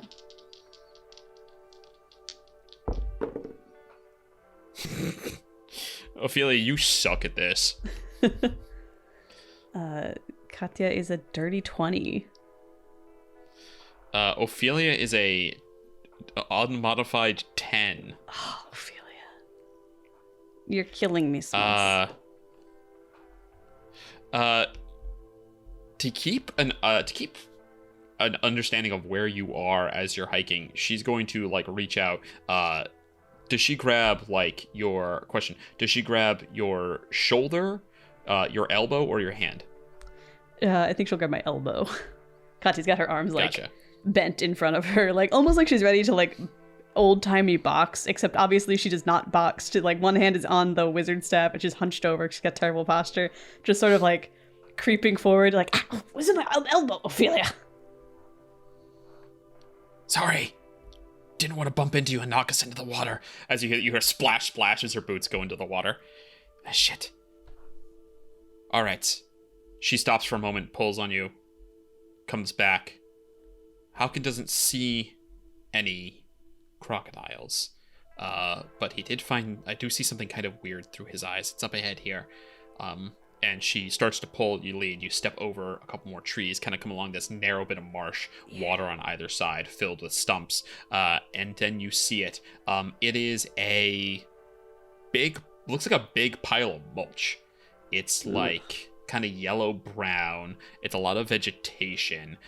You can smell the scent of rot and decay coming from it as you get closer. And you see that there's like a bit of dirt. There's like a kind of a dirt dug up patch around it. And a bit of that dirt extends into the water. I'll go ahead and show you the map. And as you get closer, you see Ophelia goes, of course, a bunch of tiny... It's a nest. And she comes in and you can't see it, but she uses the staff and lifts up a little bit. And you see that there are a bunch of little oblong shapes in there. And you also it smells horrible when she opens it. And she immediately drops it again. Oh, that is not a normal nest smell, even for a compost pile.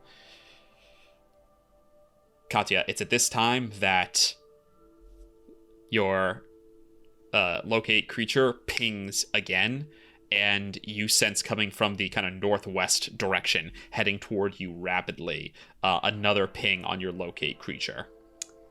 I think we are about to have company. Okay, fantastic. What, so, I'm sorry, your stealth was? Dirty 20. Dirty 20. And hers was a 10. Let me bring up my monsters here. There are different rules for surprised and hidden. Yes, I also am... So... alert... No, that's not the... I'm thinking of something else. You can't be surprised because of alert, right? This is a great question. I can swap initiative with people, but I no longer am, I think, immune to surprise. I think that might have been changed in 2024. Gotcha. Or that is a different feat. That's that I'm because of. they nerfed surprise considerably. All right, what is your passive perception? 18. Okay, so you notice where this is coming from, and so does Ophelia. Okay, so neither of you are surprised. Well, no, I'm sorry. No one is surprised because you sensed it was coming. Now, that would mean that you had disadvantage. Now, being hidden grants you advantage. Ophelia is not hidden. She will not get advantage. You both know where this crocodile is, so it will not get advantage. You, however, have a high enough stealth to be hidden from its passive perception, which means that you are going to roll with advantage on this initiative. Those are the new initiative rules for surprise and advantage. So... let's go ahead and roll initiative since everyone knows it's coming. You're fucking kidding me. All right. That is a natural 20, so 27 for Katya. 27. Okay, go ahead and drag yourself onto this battle map by the nest here. Yeah. And then because you both know where it is, as you all ready yourself, you see the telltale sign of something underneath the water swimming towards you at tremendous speed. Kind of that ripple in the water as something huge moves underneath it very quickly towards you. And as you ready yourself, you see splashing out of the water is the biggest crocodile you've ever seen. But more than that, there's something definitively wrong with this crocodile. You see that it is... it's obviously green. It's a crocodile, but it looks infused with the swamp. There are long lines along its body, kind of like the dead trees, and you see like almost chunks missing from it where there would be a scale. Instead, there's just a chunk fallen out, and you can see kind of into its body. Its eyes are kind of hazy and glossy, and that horrible stench of decay comes off of it as well. This is in some way a corrupted crocodile, the rotcodile, and we are going to resume with initiative after the break. Rad. Right. So we'll catch you all back here in just a minute. Rolling with difficulty.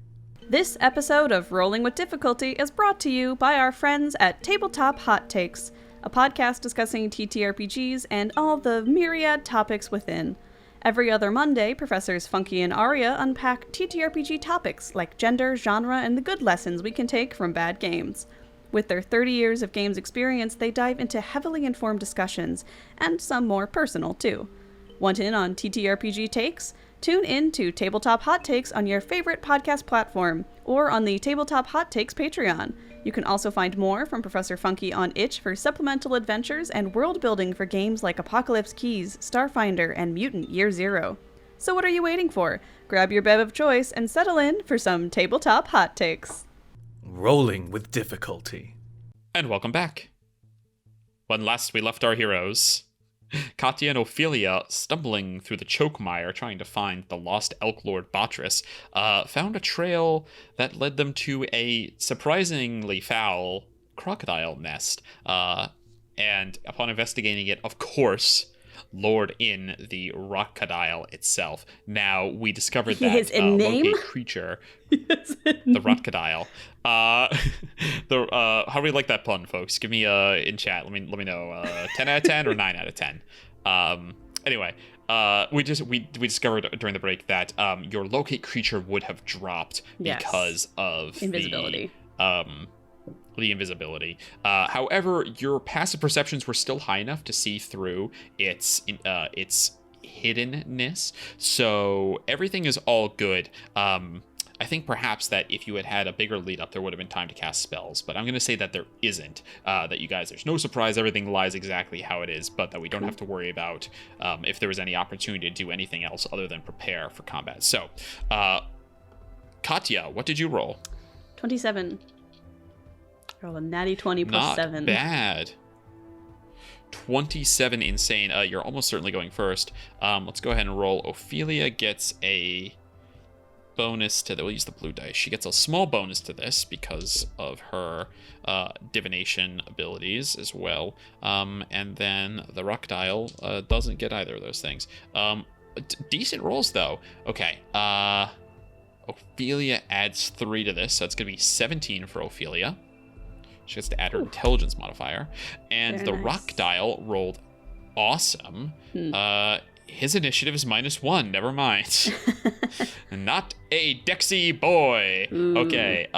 Which is going to give him an 18. He's still just beating Ophelia. All right.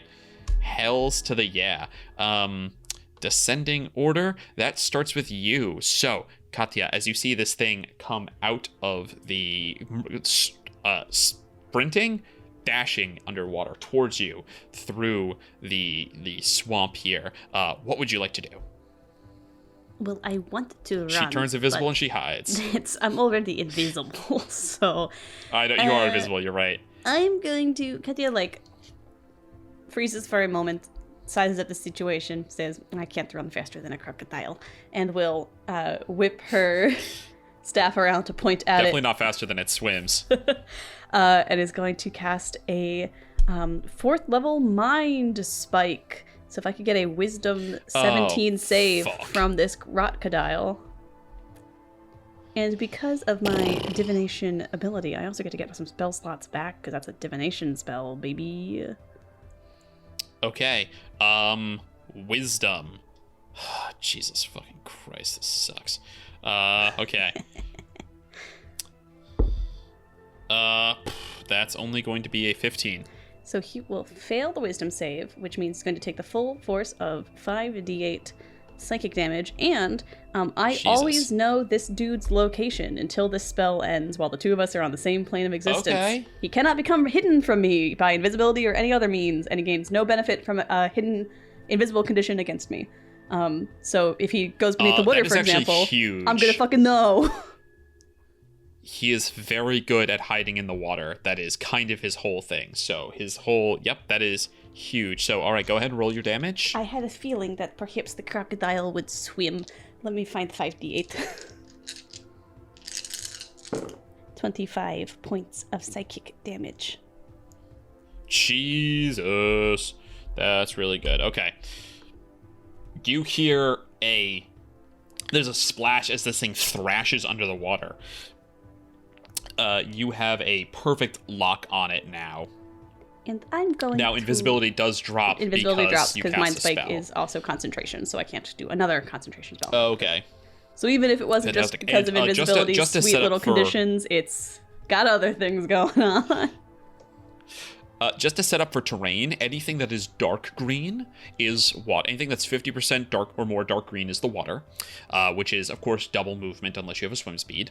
And anything that is has the tree branches or the tree itself, that is all difficult terrain. So that is also double movement. Could I climb a tree? Yes, you can. It is your climb speed is half of your walking speed. So, Gotcha. If you want to climb a tree that is not fallen, you can absolutely do that. Yeah, you're not fast at it. I'm gonna. The highest you could get in a tree and around is 15 feet if you were standing next to it already. Yeah, I'm gonna just start making my way towards a tree then. Get away from the crocodile. And just for the new system, moving through allies is not difficult terrain. You can move through allies without costing any extra speed. So Yeah. I'm actually going to head towards this fallen Keep that in tree. It's mind. not as tall, but I think Katya's Yeah. brain is just like, well, it's also not in the water. So, 5, 10, 15. I think I can get like right up into there, kind of in the brambles, like perched. I'm in the process of escaping from this swamp. Fan-freaking-tastic. All right. Katya's like hunched over, both hands are out on the staff in battle mode, just staring down, unblinking at the rotcodile like, I will not be surprised. I will not be surprised. Hell yeah. Okay. It's the Rotcodile's turn. All right, we're gonna roll a D. On the one hand, Ophelia's closer. On the other hand, you're a moving target for his little reptile brain. So we're just gonna roll a D4 to see who he's going to try to grab. Can't we have a mutual respect? I said I like crocodiles earlier. You seem like you're, crocodile. Not anymore. Is he a regular crocodile? A 1-2, he's coming at you. 3-4, he's going for Ophelia. We'll roll a D4. That is a 1. He's coming at you. All right. Here's what he's gonna do. 5, 10, 15, 20. I think that he has. What's his reach? He needs to get a little closer to you for. So here's what he's gonna do. The first thing he's gonna do is he's going to hit Ophelia with a tail attack. Yeah. Not at disadvantage because the invisibility is gone. So that's a 22. That's definitively going to hit her, even though she can cast shield. And that is going to deal some number of damage. 18. It's going to deal 18 bludgeoning damage to her. And she gets knocked prone Uh-oh. by its sweeping tail. And then it's going to try to bite ya. Here we go. Please don't do this to me. I thought we had a mutual understanding. Natural 20. No, it's not. Take a 16 from that portent die, asshole. Okay. That is what should be a bite that cleaves you in half. You see it coming and move back up the log. Its body gets caught as it tries to scramble up, and you watch as more scales get pulled off. its body as it like scrapes. It is a 24 to hit you. It'll still hit, but at least it's not a critical. Okay. At least it's not a critical because it is 3d10. That could actually take me to 0. If it was 35 plus, yeah. Okay. It is not going to be 35 plus dice. It's going to be 17 total damage. Still bad. Ouch. You are grappled, and while you are grappled in this way, you are restrained. Good to know. And then he moved, I think 30? Go. 2. He's going to move this way back into the water, pulling you with him. In fact, he's going to put you in the water here, kind of rotate you around so that you're not drowning or anything, but you know, in the water is his domain, not yours. So, like this gentleman anymore. No reaction right now. He doesn't really need to make his thing. He's good here. That's Ophelia's turn. All right. Ophelia's going to use half of her movement to stand up from prone. She's got 15 feet left. And here's what she has. First off, she has Misty Step, so she can teleport around if she needs to. That's her bonus action. Then she has a couple abilities. She has her signature move is Starry Missile, which is kind of like Magic Missile. It is an automatic damage, no roll to hit, but it's a low damage roll. 3 times per day, she can use Dizzying Bolt, which deals, she has to attack with that. It deals radiant damage. And basically it gives Bane on the next D20 roll that a creature affected has. She also has 3 times per day, she has healing, but she has to touch you to do it. And then she has a big move that can shut a creature down out of combat, called Momentary Stasis. So, do you want a little bit of damage guaranteed? Do you want healing? Do you want the kind of like middle ground, deal more damage, but she might miss, but if she does, it will make this thing a little bit worse at what it's doing? Or do you want her to use her big gun right now? Well, let's have her do damage, but not the big gun, you know, like just try and take the swing on it. On the middling. Okay. She will use Dizzying Bolt. Come on, Ophelia. I believe in you. All right, here we go. She rolls with a +7 to hit, and this thing does not have a great AC. That is a crit, actually. Hell yeah. Perhaps after this, we will be good friends. If we survive. All right. It is going to take 3d8. So that's going to be this number plus 24. Hell yeah. So that's 12 plus 2 is 14 plus 24 is 38. He is going to use Reptilian Escape. When he takes damage, he can release a creature he has restrained and instead take half damage. Do not put me in the water. So instead of 38, he's going to take 19. Also, if he would be affected by a condition, he is not. So he's not going to take that minus d6. However, he's going to take 19 damage, which is pretty intense. As you see, Katya, close your eyes. And she casts a spell, and you watch. She basically casts Guiding Bolt here. There's a flash from her hand, and the crocodile's glassy eyes go wide. You see the pupils contract, and it kind of dodges out of the way, but as it does, it flings you. You're no longer grappled and restrained, and it takes half damage. But yeah, that's pretty good. She's going to back up a little bit, not far, just trying to move a little bit away. And then it is going to be the rotcodile is going to use its villain action because it hasn't had a chance to do that yet. It is going to use Swamp Camouflage. It moves up to half its speed, which is in the water 25. And then it makes a stealth check, even if it is being observed by other creatures. Yes, it is leaving my area. Your threatened range, so you are. It does not take. It does not take opportunity attacks as long as it is in the water. It has an ability called Water Glide. Interesting. Then it is going to hide. It is not considered invisible. It rolls a 21, which is going to beat Ophelia's passive perception, but I believe you have... Does it say they can't be hidden? You also I always need a concentration know check from you as well. yes, you always know the target's location until the spell ends, while you two are on the same plane of existence, and the target can't become hidden from you. Okay. That's a Yep. was it plus con for me, which is +2. That's a 20 on the concentration check. So Okay, yeah. So you maintain concentration on the spell, which means it cannot be hidden. So even with its high roll, you know exactly where it is. he's over there. Okay. In the water? You can't. She's tell. like casting around. You see Halkin is circling overhead. Okay, that's gonna bring us back to your part of the initiative. So what would you like to do? How deep is the water Katya. that I've just been dropped into? It's all about like chest height here. it's just a double movement because it's so deep. Yes, I will get. First things first. Let's see. You know what? Let's do a kind of a big gun. I'm gonna. Can I see what are you waiting for? the rotcodile? Yes, you do, because it can't be can't hide from me. hidden from you. You tried to look like a plant. Let's see how you Yeah. like the fate I have seems told to- for plants. And Katya's gonna cast 5th level blight on the rotcodile. Okay.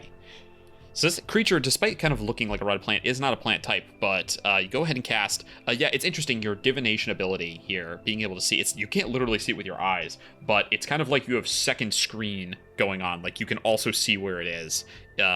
Kind of like you have like a mini box on a stream on your in your vision. Not that exact, but there's kind of like this double vision for you going on, where you both see the area where it's literally hidden because it's a big ass crocodile in a swamp, but also you can see exactly where it is in your mind's eye.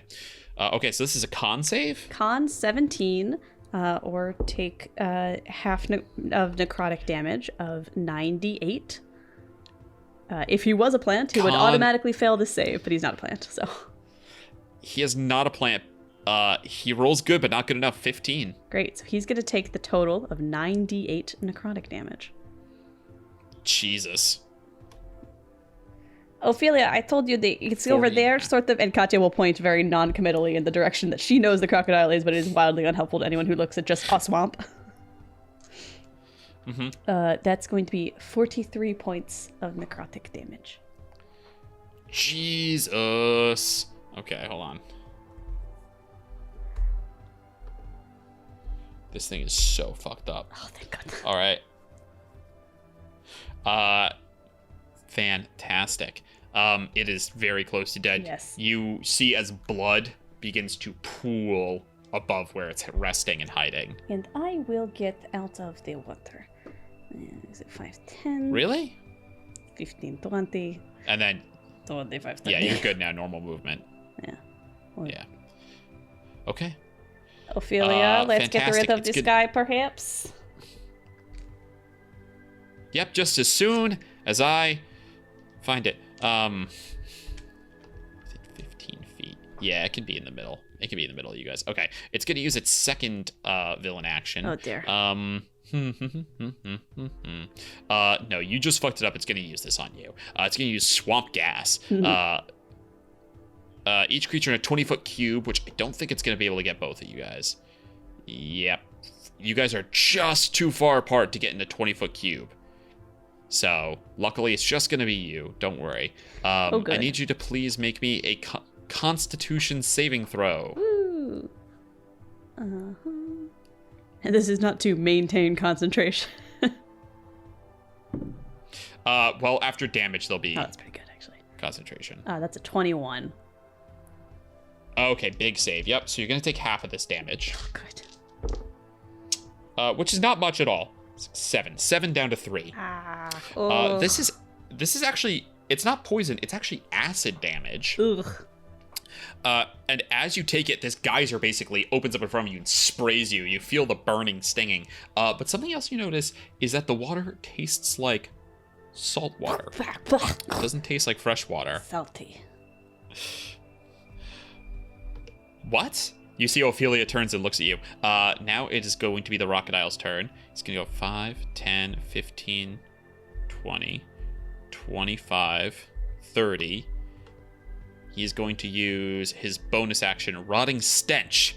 He's going to spout necrotizing fluids. I need you and Ophelia are both going to make Constitution saving throws. Everybody wants me to make con saves all the time. This is actually going pretty well. That's at 18. 18 will succeed. Ophelia is going to fail, but hold on, let me see if she has anything for this. I'd give you my inspiration, Ophelia, but I don't like you all that much, so probably not going to do that. Okay. She's gonna take it. She's gonna be okay. She will. You guys are. What was it? Where? There's a stat block. Jesus, so many tabs open. Okay. You're gonna take half of this damage. Cool. And she's gonna take the full damage. So it's 10. 18. So that's 18 necrotic damage to her and 9 to you. Concentration check, please. Yes. DC 10. She is blind. You are not. Great. And I do have advantage on con saves to maintain concentration because of Warcaster. A thing I forgot about until reading my sheet again. That's a natural 19 plus 2, so 21 on the. I save on the concentration. Cool. Fantastic. And then he is going to. That was his bonus action. Now he's going to use his tail and his bite. It was a bonus. Yep. Now he's going to tail. He's going to tail at advantage Ophelia. Ophelia. Natural 18. Yeah, she's going to get whacked into this tree here. 18. Jesus. 18 bludgeoning damage on her. She's still up, but barely. She goes prone as she gets knocked against this tree here and falls down. And then he's going to use his bite on you. Why would we do this? The mutual respect. That is a natural 19, but Ophelia is going to use her reaction. She's going to use Convergent Future. When Ophelia or a creature she can see within 60 feet of her makes an attack roll, an ability check, or a saving throw, she can use her reaction to ignore the die roll and decide that the number rolled is either the minimum needed to succeed or one less than that number. So she's going to choose what is your AC? 14. She's going to choose for this creature's total to be a 13. Awesome. Meaning it will miss you. As she gets slapped up against the tree, comes down to the ground. You see it's going to clamp down on you. And how many more hit points do you have? 28. 28. What would almost certainly be a knock you unconscious blow. She casts up her hand, and the creature snaps short of you as stars fill its eyes. Okay. That is the end of its turn. Ophelia's gonna go, and she is going to use... It's almost dead. She's going to use her unmissable ability. She's going to use Starry Missile, and she will deal 3d4 damage to it. Let's see if that's enough. Come on, Ophelia. 6 damage is not enough. It's really close, though. Ophelia. And then she gets to save against the blindness. That's a natural 1. She's still blind. Brings us to the start of your turn. This is round 3. If you don't kill it now, it is going to get another turn. Yes. Well, 6 was not enough, but it sounded like it was close. I imagine this thing looks even worse than it did at the start of the fight. Poke this thing with a stick, it's going to die. Great. Everything I have are saves, so just to make sure it's... As it opens its huge maw and you can see teeth are falling, it stinks, and you see teeth are falling out. I'm going to do a 2nd level Mind Spike, because I want to just make sure that damage absolutely happens. So no cantrips here. So it's another DC 17 Wisdom Intelligence save. Wisdom save. Wisdom? Yeah, he's not good at this. 8. That will fail. He's going to take 3 I think he has a little bonus. It's not +9. Of psychic damage. You have to use some... Please roll 3. Please roll 3. I rolled 3 ones. Come on, here we go. 7, 3, 3. So I think he's dead.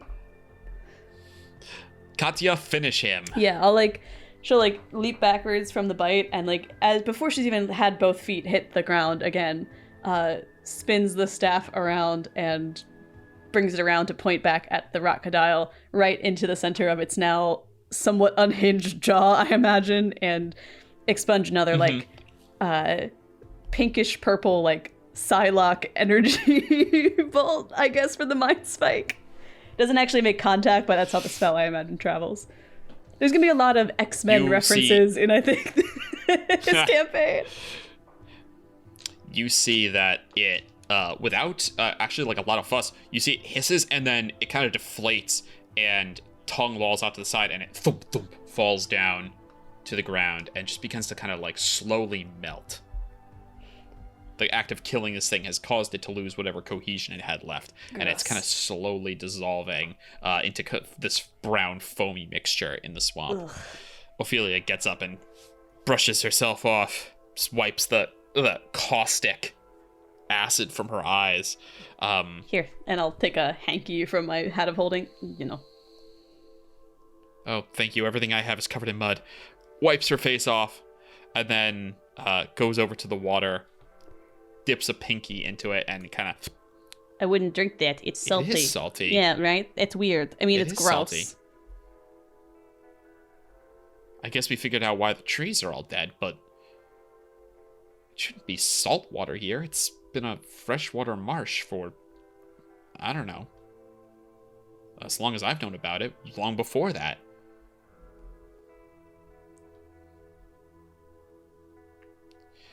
How bad do you look? She kind of looks over you. You look very rumpled. How bad you feeling? Pretty bad, but also, pretty bad. All right. I'm at about a little under half of my hit points, Austin, for DM's discretion. Sure. She's gonna use dazzling healing on each of you, so she has 3 of these a day. It's cool for in battle because if she uses it on you, the next creature to hit you has disadvantage, the next attack roll against you. But cool. It will save you guys some work. So, oh my god, man, for you she rolled almost max. Oh, thanks, Sophia. 12, 17, 20 points of healing for you. Thank you. It's a third of my hit points. Wizards are fun. And for her, that's actually three threes, ironically. And a 1, so that's 10. So she's going to heal 10. She's still pretty hurt. She might need to, well, I don't know, you guys might want to both short rest, I don't know. Yeah, I mean, it depends on where we're going next. Now, yeah. Well, I suppose that calls for investigation. Before you guys decide what you want to do next, whether you're short resting or whether you're going to continue investigating,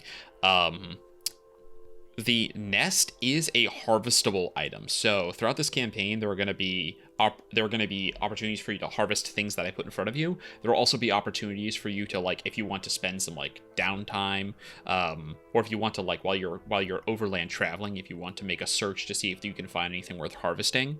There are these. You'll be able to make harvesting checks, but for these first few sessions, I'm going to point out to you things that are actively harvestable. This nest is one of them. Specifically, the eggs inside can be harvested.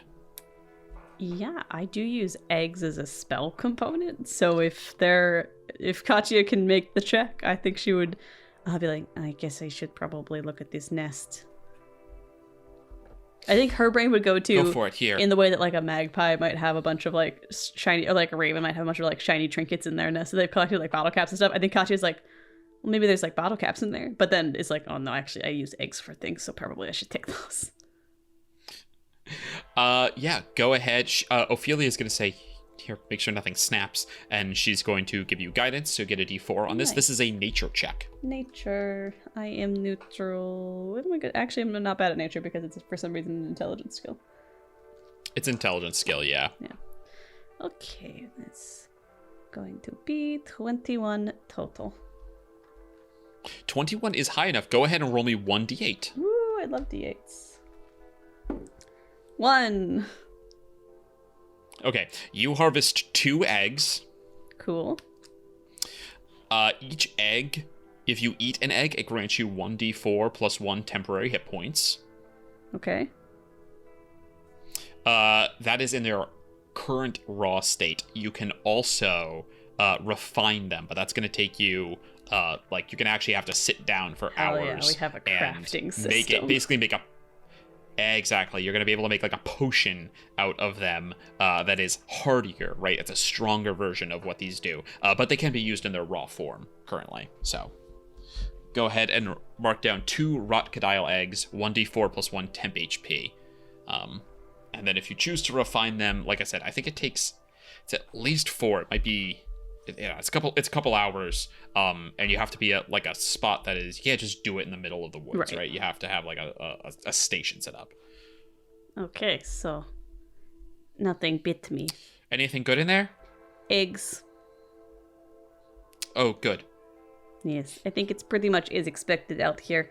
The crocodiles usually in this place dissolve. No, they're not like that at all. I mean, the beasts here are larger on average, but usually they have some form of intelligence. Might be the wrong word. They have an awareness. They have some intelligence to them. This thing was out of its mind and corrupted. Whatever's doing this, she motions to the trees at large. Whatever's doing this to the mire, it did something to this crocodile as well. That was far from a normal Beastlands animal. Interesting. I could use a break if you're interested in, stopping for a moment. Yeah, let's see if there's maybe 2 square feet of dry ground around here somewhere. It would be great, although I fear that may be hoping for the impossible. We are not fated to maintain dry boots this time around, it seems. Here, she's going to, she goes over to the fallen tree, and she's going to cast Druidcraft and put a little bit of moss over the top of it so that you guys can sit on something that's soft and not the ground. Cool.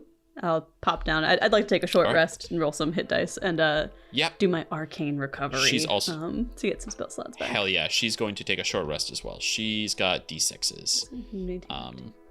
I'll do a 2nd level and a 4th level. That's it.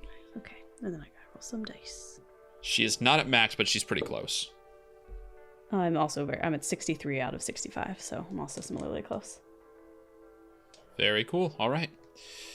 Hell yeah. You guys sit and you pack away your eggs.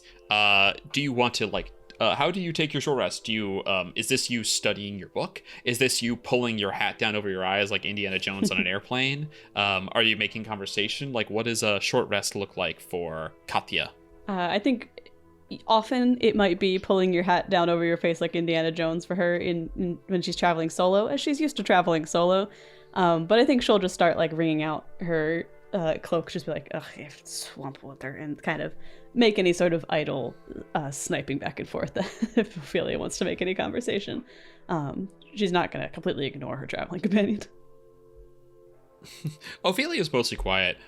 She mostly just seems to kind of look out and wonder. She takes her staff and stirs up the mud sometimes and watches. You see, she kind of makes a... She's like, I don't even see any fish in here. No little crabs, no snails. They'd sort of be... The whole thing's been poisoned. Preserved a little bit preemptively if they were around in this salty weather, The whole... pre-dried. Like a bacala. Like a what? Like a salted dried fish. Bacala. I've never had one. It's pretty good in stew. Is a bacala not a baked good? You're thinking of a baklava. Very different. Oh. I've never had either. They're both very good in specific situations. You don't want to mix them up. If you're expecting a baklava and you get a bakala, you're going to have a bad time.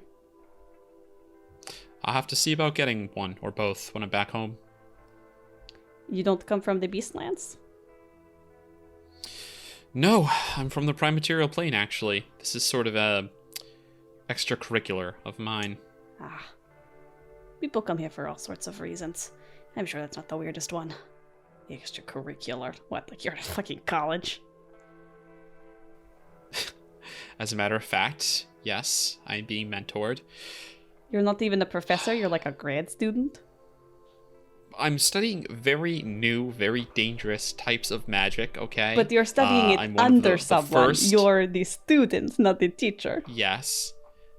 Yes, I am being mentored Oh, this is too good. by a wizard. I came here on a journey a long time ago. Made some friends, but I lost some friends too. And at the end of it, we came to the Grove of the Unicorn, which is where I met Mieliki, and she charged me with being one of her knights. So, even though I have responsibilities back home, I have responsibilities here too. Torn between a couple different places. Must be tough. It's not easy, but you know, I've gotten very practiced at keeping multiple plates spinning. Just be careful of all these shards of broken glass. I imagine that they'd be uncomfortable. Glass? If you drop a plate, I don't know, ceramic. Have you never seen a spinning plate? They're not ceramic plates. They spin. They're not the real They're- plates. they're- It's a they, like- metaphor. I'm not. They're not we're real plates in case they extrapolating. fall. It's yeah. The metaphor is that they're spinning plates like you'd see in a performance, like at a circus act. Save the citations in fact checking for your thesis. Okay.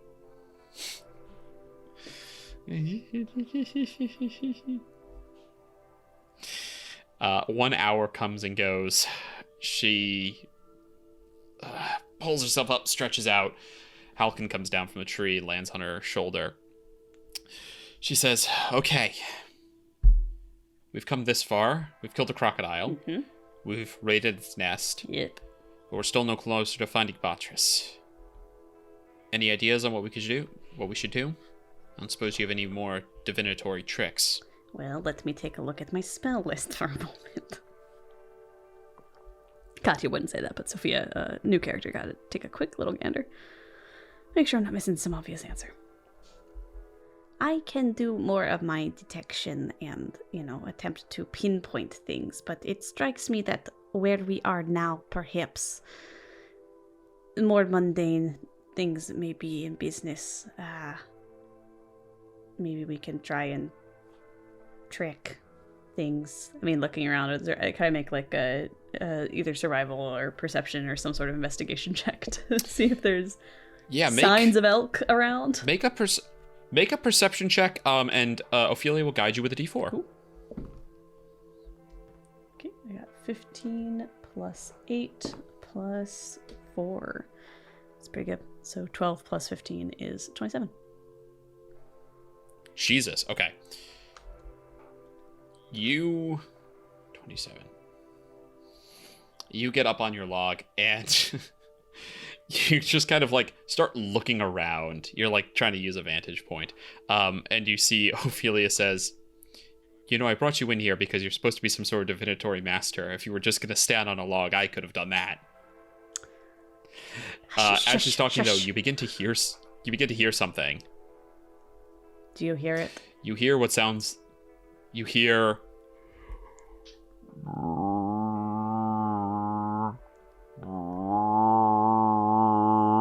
very faint off in the distance. It's a low, kind of baying, trumpeting sound. Very deep. It's kind of like at the bottom of your register. What you may not know about me, Ophelia, is not only am I gifted, a prodigy, some might say, in the divinatory arts, but I also have very good hearing, and waste not, want not on spell slots. I think we should go towards the low braying sound that's over that way. You see she turns a very long, pointed ear. I don't hear anything. You have to listen with your mind, okay? Tune the rest of the forest out. Also, get over here towards this log. It might make it easier. She steps up on the log, listens, gives a shrug. All right, sharp ears, which way's the direction? Let's go. And I would have said a cardinal direction, but I, Sophia, don't know what cardinal direction There's we're not really going. cardinal directions to the Beastlands, but yeah, you're continuing into the heart of the Yes. of the mire, which makes some sense. All right, with you leading the way this time instead of Ophelia. She's going to send up Halkin, though, to keep an eye on, see what's going on. You guys continue to walk. Are you doing anything else, or are you just kind of to follow the sound? I think Katya is trying to fully concentrate on the sound this time around, so I'm not going to do another locate creature on an elk this time. Just sort of trying to hone in and counting on Ophelia to sort of keep an eye out for any more crocodiles. Yeah, fantastically. You rolled so high, I'm not going to ask for any kind of check to, like, discern more direction. You guys are going to go along. She will roll, she'll guide herself on this to keep perception up. Yes. She has proficiency in this, so that's 17. Sorry, that's... she has +7 to this roll, not 17. Although almost 17. That is 18. She rolls an 18 on perception. All right. You guys walk 20 minutes, 30 minutes, an hour. 2 hours on this one. This is pretty long. It seems that it's much deeper through, and as you keep going, it is getting tighter and tighter in here. The dead trees have fallen less. They are standing, so they're very thick, but also there is this grass that is growing up everywhere, these long reeds, and they scratch at you if you walk through too thick of them. Like, the ends of their leaves are sharp. So you have to spend a lot of time kind of going around or carefully using your staves to poke through the underbrush so that you aren't just, like, sliced up. Yeah, Katya will throw up a mage hand and, like, have it also help, like, the way you would pull branches back. Smart. And I don't think that she would extend the offer to Ophelia. I think, like, there might be a couple branches that nearly step back in her face. You continue to go through, and then she every now and again, she stops to look through Halkin's eyes, and then she... one of these times, after these couple hours, she stops and she says, "Up ahead, before that, she starts to hear, like, an hour in, she starts to hear it and comments like, "How did you hear that from so far away?" I have very good hearing. I don't know what to tell you. It's one of my many very special, very cool skills, Ophelia. Does the hat act like a soundboard, like a back to, like, amplify sounds? No, it's a hat of holding. Kind of like an elephant's ear. It's my spell components and shit in there. I just mean that it's very wide brim. Anyway, you continue on after she notices it. And then after that, the end of that 2 hours, she says, "I see him. I think I see him. It's him. Yes. This way. And she pulls and goes. She starts going off the same direction you were leading, but a bit to the right. It hasn't been an exact science. Jeez, and Katya will, like, run behind her. Okay. You come up behind her, and you guys go crashing into an opening. I will show you. Oh, elk. Show you what's there. Hold on. You guys come in from the south over here, and you see, all that sharp grass all around. You see the dead trees that are standing. Again, very few of them have fallen here. This is a more recent... The corruption here has spread more recently, so they haven't had times to fall yet, but all their taproots have been poisoned by the salt. And you see, lying in the muck with plants starting to grow over him, you see a enormous elk, one of his antlers sticking way up, and he is letting out that low trumpet sound that ripples the water as you guys splash into this area. Okay, it's him, but why did he come here? I don't know. He tends to wander, but he doesn't tend to get stuck anywhere. We have to get him out. Hello, Ilk God? You hear that deep voice that you heard before the trumpeting stops, and you hear, "Who's there? Free me. They're writhing." Writhing? He wants us to free him. All right. What is your passive perception? Passive perception is 18. 18, okay. I feel like there's going to be some shambling mounds in our future, but I don't know for sure.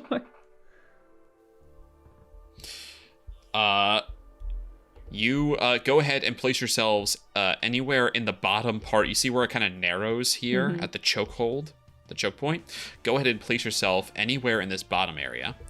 You both begin to splash forward, and then you see some splashing happening before you, in between you and Botric. Oh dear. You watch as the water begins to churn and almost boil with the activity that is underneath it.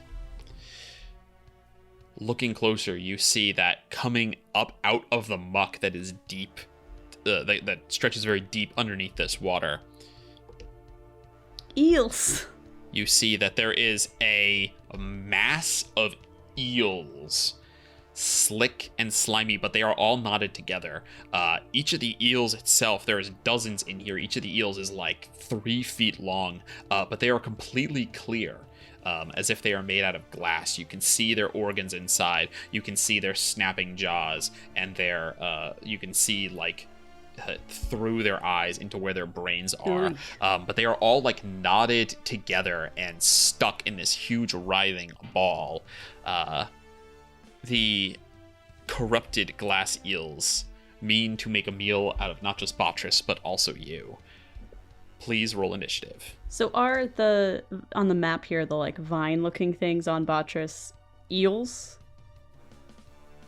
Nope, those are actual plants that are growing over him. The water is difficult terrain, and the spiky grass that you see, for every 5 feet through it that you move, you will take 1 point of slashing damage. Good to know. Okay, so let's go ahead and let's roll. Okay, let's get... Yeah, this one looks cool for the eels, and then we'll roll for Oilia here. Eels didn't roll great. Okay. +0. All right. What did you roll? 15. 15, not bad. Not the rotcodile. The corrupted glass eels rolled a 7, and Oilia rolls pretty good, actually. She gets to add 3 to this, so she rolls a 19. Oilia, if you could distract the eels, I think I can get us out of here very quickly. Define distract them. I don't really care how you do it. Just whatever you want to do. You do big flashy lights from what I've seen, or close my eyes during. I feel like, distraction, pretty self-explanatory, no? Okay, fair enough. She is going to cast around. She will cast Misty Step. Hold on, she's going to go 5, 10, 15. Again, by normal rule, spiky plants, if they are 50% or more of the square. So like if a little piece sticks in, that does not count as a space. Cool. And then she's going to teleport 30 feet. 1, 2, 3, 4, 5, 6. And she'll move 5, 10 more, getting stuck over here.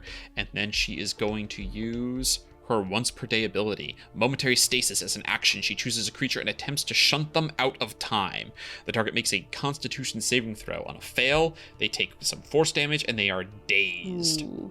So here we go. We're gonna roll this creature's Constitution, which I can close out the rotcodile.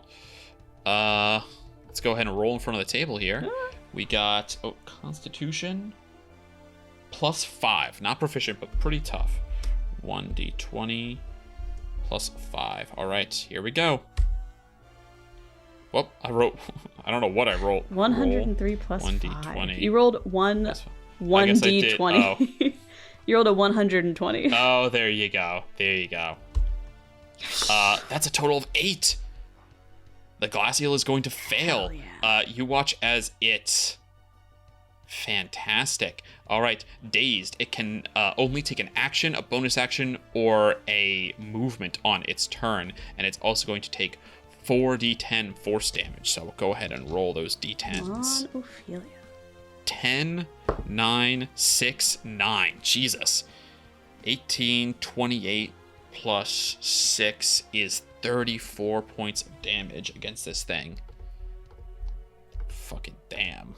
Yeah, you watch as she is going to use her experimental chronergy magic to kind of mess with its relationship to the timeline that you guys are currently on. And you watch as it's kind of shunting in and out of reality, which is why it has that dazed condition. And it can repeat the save at the end of its turns. Hells to the yes. Oh, I forgot. It has precognition. It rolls. Hey, that's an my additional D6, big. But I don't think that's going to... No, it's going to bring it to an 11, so it's not going to beat you.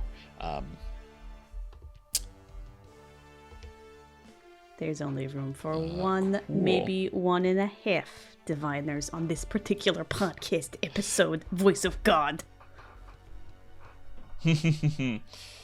I like this character because it does allow me to address the voice of God directly. Is the interpretation I've gone with. Okay. So it can only take a bonus action, reach 10 feet. It cannot take... Yeah, it can't use any of its attacks because those are both reach. So it will use a legendary action before your turn. It will randomly roll on Eel Surprise. I don't like the name of that. It's going to roll against Ophelia. No. That's a 4. The corrupted glass eels shuffle which heads are on the outside and regain 3d6 hit points. Gross. It's going to regain 7, 8, 9 hit points. Ugh. Okay. That ends its legendary action. Brings us to you, Ophelia. What would you like to do? First of all, my name is Katya. Second. Sorry, you're Katya. I said Ophelia too many times. This new characters, I'm surprised I've gotten Katya every time and haven't just said Sophia a bunch of times, honestly. It's because it's such a distinctive single name. If there's one thing that I can do for you, Austin, Voice of God, it is give my character a single name to remember. All right. What would you like to do? Here's what you're gonna do. Yeah, I'm debating, do I set up this round and then get us out of here, or do I get closer? I think I have to get closer to eels, so 5, 10, 15, 25, 30. I think that's just puts me 30 feet away from the vines on the elk god guy. I'd like to target those vines. And you were good. Oh, Ophelia did not have nearly that much movement. I forgot because she, it's difficult terrain, so I think she moved all of her movement. Oh, the wood is difficult right terrain, isn't it? Okay. Yep. Never mind, I can't get here. So I'll move her back. She's actually within reach of the corrupted glass eel's melee attack, so they might do that to her after this turn. Yes. Okay, then that actually changes what I do entirely. I'm going to dimension door myself over here. Okay. Cool. You sure you don't want to stand in the plants? Yeah, I'm pretty sure. It's only 1 point of damage for every 5 feet. I think I'm good. Sophia, it's just 1 damage. Keep the eels occupied. Thank you. Okay, that's your action. Any bonus actions? I do not have bonus actions. This character does not have bonus actions. All right. Out of curiosity, how are your resources doing too? Not too bad because of a combination of arcane recovery and the divination. I forget what the name of it is, but there's basically if I cast divination spell, I can regain a level 4 or lower divination spell slot. And Mind Sliver is divination, Fantastic. So that's been tight for me. I low on 4th level spell slots, but other than that, honestly, I'm fine. I still have my biggest guns. I'm doing pretty good as far as resources go. Great. Yeah. Okay. Cool. So that I'm sorry. Does that end your turn? Yes. Godspeed, Ophelia. Okay. It is going to use 2 legendary actions to use Many Bites. Creature within 10 feet. Yep. Yeah, maybe she would have teleported. You know what? I'm actually going to say she's smart enough. She would have teleported onto the shore over here. Keep away from its bites. She's part wizard. She's pretty smart. That was my mistake, not hers. So she can just stand. Any trees you can stand under, by the way. Like they have they have big branches, but you can stand under them. Cool. Then it will use another serpent. Sorry, it will use another eel surprise. Surprise. This I don't care for this. Stat block I don't used like the snakes name instead of this eels because it's so originally. whimsical and fun, but also it's terrible, you know? It's a bunch of eels. Well, it's when it uses it on its turn, it gets to choose which of the effects. When it uses it as a legendary action, it has to roll a d4. So it's going to use. Let's see, which one was that?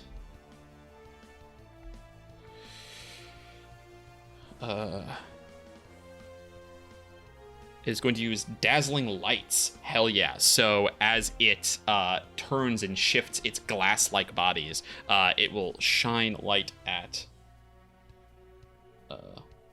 it'll shine light at Ophelia. She's going to make a wisdom saving throw. Come on, She's actually pretty Ophelia. good at these. She rolls with +6. That is a DC 15. Oh, sorry, that is a 15 and is DC 16. So it is going to cause her to be blinded. She can roll her save at the end of turn. For the second time today, she is blinded by the light. Yes, what would your PhD advisor think? But luckily, no damage on that one. It is, however, its turn. It has movement. Or bonus action or action. Is there any bonus action that's going to help? Within 30 feet, 5, 10, 15, 20, 25, 30. You are within 30 feet. It is going to set itself up. It is going to move toward... let's do a 50-50 roll on whether it's going to attack the person who has messed it up. It's not that smart. Or the person who's going after its big prey. So 1-2 is against Ophelia, 3-4 is against you. That is a 4. Everybody wants gonna to move fight through the Katya. water. And what do I It's do? a I give them swarm. exactly what they asked me for. Ugh, eels. It is a swarm, so it can occupy spaces like this. Get However, off that of is its the whole elk. that is its whole nonsense. And now it's going to get to save against Ophelia's daze. So that's another con save with a +5. That is not going to be enough. It is still dazed, which means on its turn it can only take action, and it has no reactions. Action, bonus action, or movement. Okay, that is going to end its turn and bring us back to Ophelia. Ophelia is blind, so she can't do much because she's going to have disadvantage and everything else. She's already used momentary stasis. She's not going to teleport. She will just use Starry Missile to deal 3d4 radiant to it, because everything else she might miss. So she's going to go ahead and deal 3d4. And again, if there's anything that you want her to do specifically, Sophia, as the player, let me know. No, she's killing it right now. She does have that healing and stuff, although she's very far away. That'll be 8 damage against it. That cannot miss. Very nice. And that will end her turn. She's going to stay right there. Corrupt Glass Eels are going to use 2 legendary actions to bite you. Ouch. Here we go.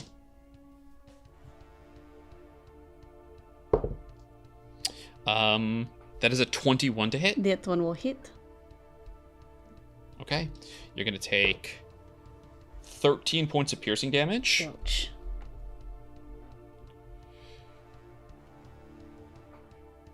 It's just an attack roll, so he's not going to do that.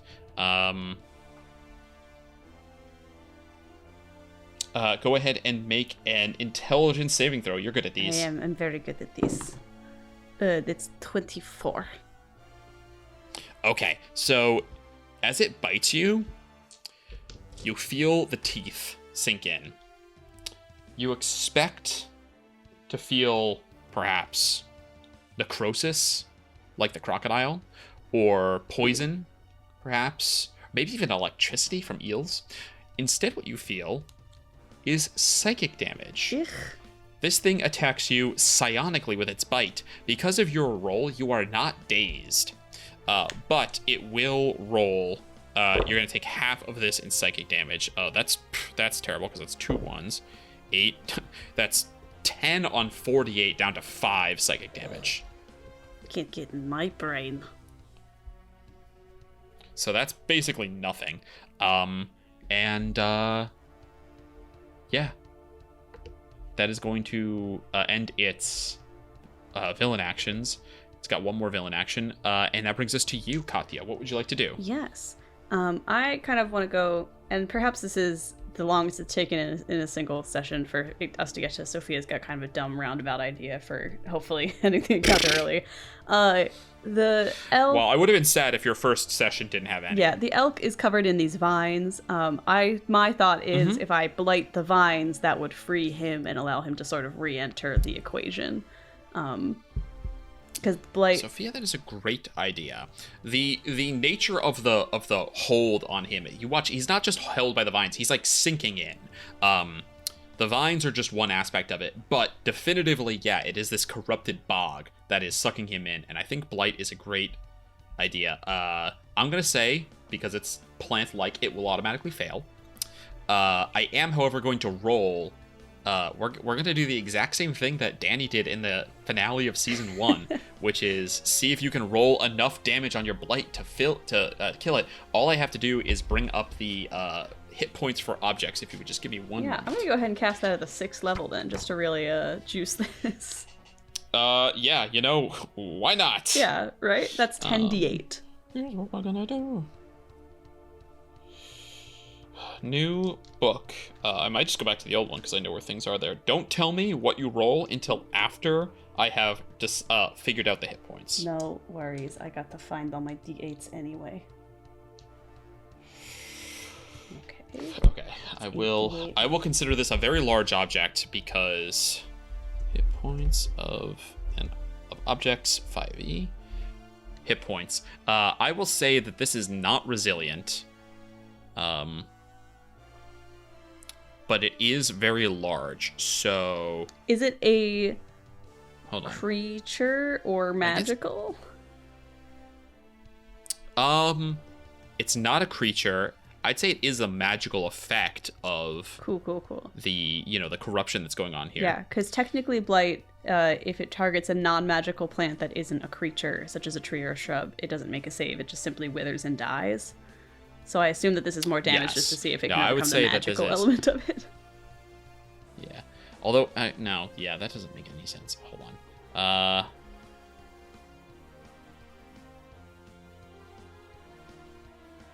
guess it's gonna... Because it's not fragile. So I guess it's gonna have to be resilient. And it's very large. So we will roll 5d10. And see what the hit points are. Alright, here we go. That is 33 hit points for the plants. How much damage did you roll on your blight? Well, on 51 points of damage, of necrotic damage. Holy shit. I think All Katya right. succeeds. Katya, you watch as the eels are coming up, writhing at you. You see this knotted, horrible ball mass of these giant eels coming at you. And you pull out your blight and then aim past them at the plants, the muck, the vines that are sinking Botric in. And as you unleash, what does your blight spell look like? I don't know if I asked the last time you cast it. Yeah, I think it's less that you see anything emanating from Katya. There's maybe just like a faint kind of like greenish glow around the orb at the end of her staff. But the vines themselves, just like almost from like the root up, turn like black and rot and then just wither up into nothingness and like crumble away whenever she blights something that successfully disintegrates, essentially. Yeah. You watch as the grasses all wither and turn to dust, the vines, and the very muck itself pulls back. The water turns clearer, as if all the algae in it is dying. And the muck turns hard and brittle underneath Botric, and you watch as his confused eyes snap to attention, and he fully stands up out of the muck. Yeah, you're like, wow, yeah, 20 foot to the top of the head, 10 feet for the antlers. Yeah. Like, pretty impressive. It is a very big elk. He lets out a low trumpeting, and I'm going to go ahead and roll initiative for him. He's not going to come in until the next round of combat, just to make it easier on ourselves. Yes. But If I It's had a real rock, marked paper, the page scissors instead of turning of away from it, that would have been cool. what beats what animal, eel versus how many eels does it take to defeat one giant elk is kind of the question we've now posited. The world may never know. Here's what you're gonna do. Let's go ahead and roll. Initiative. He actually rolls pretty good. That's Well, so he good. rolls an 18. Excellent. Like fully the notion of getting him back into this fight, I did not believe it. Hey, So that's session 1 for Sophia, I'm gonna have to baby. make a token for him really quick. If I didn't do some I'm gonna make a bullshit, token would for it him even quick. be fair to say I had started in the campaign yet? He's 4x4. He's fucking huge. So he takes up this whole spot. Hello, big guy. And he's really hurt, so I'm gonna start him at half hit points. Uh-huh. Which is, I think, still more than either of you guys have. Probably. To be perfectly honest.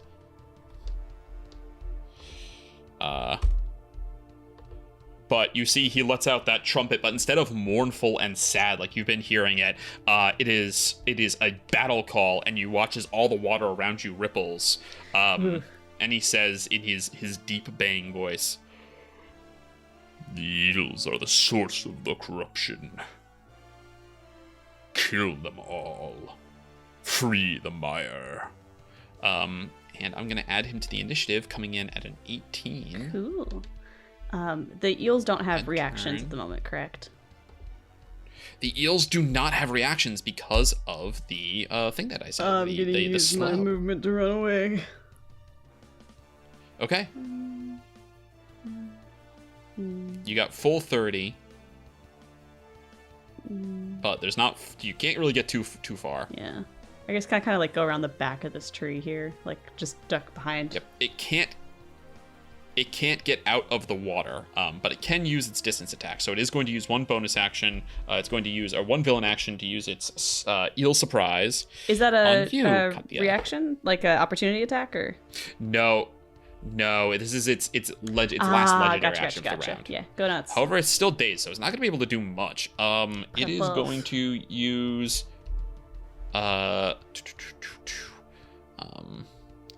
Psychic Shard. So I need you to make me another intelligence saving throw. Excellent.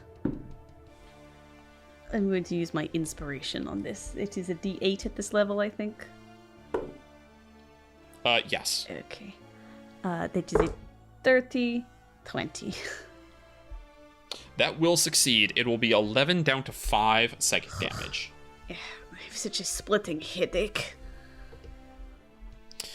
And then it will be the Glass Eel's turn. Now they can use an action, bonus action. It's gonna attack Botric. All right, here we go. Entangling Eels. Oh, gotta plug in my computer. It's gonna use Entangling Eels to try to get him. Just kind of wrap him up. That's a 2. That's not gonna hit. And then it will use Many Bites. Not many. That's another fucking 2. Ugh. Jesus. I mean, yeah. Even with it's pretty good to hit, that's not gonna happen at all. It also has a great, charge ability, but... Oh, it has advantage against saving throws to be dazed. Alright, that's on me, because of its many heads. It's the end of its turn, I'm gonna roll, and I'm not just gonna roll at advantage, I'm gonna roll 3 d20 since he's missed 2 opportunities to avoid being dazed. So, we'll roll to kind of make up for that here. He needs to hit a 15 natural 20, actually 2 20s. Be glad I wasted those 2 20s.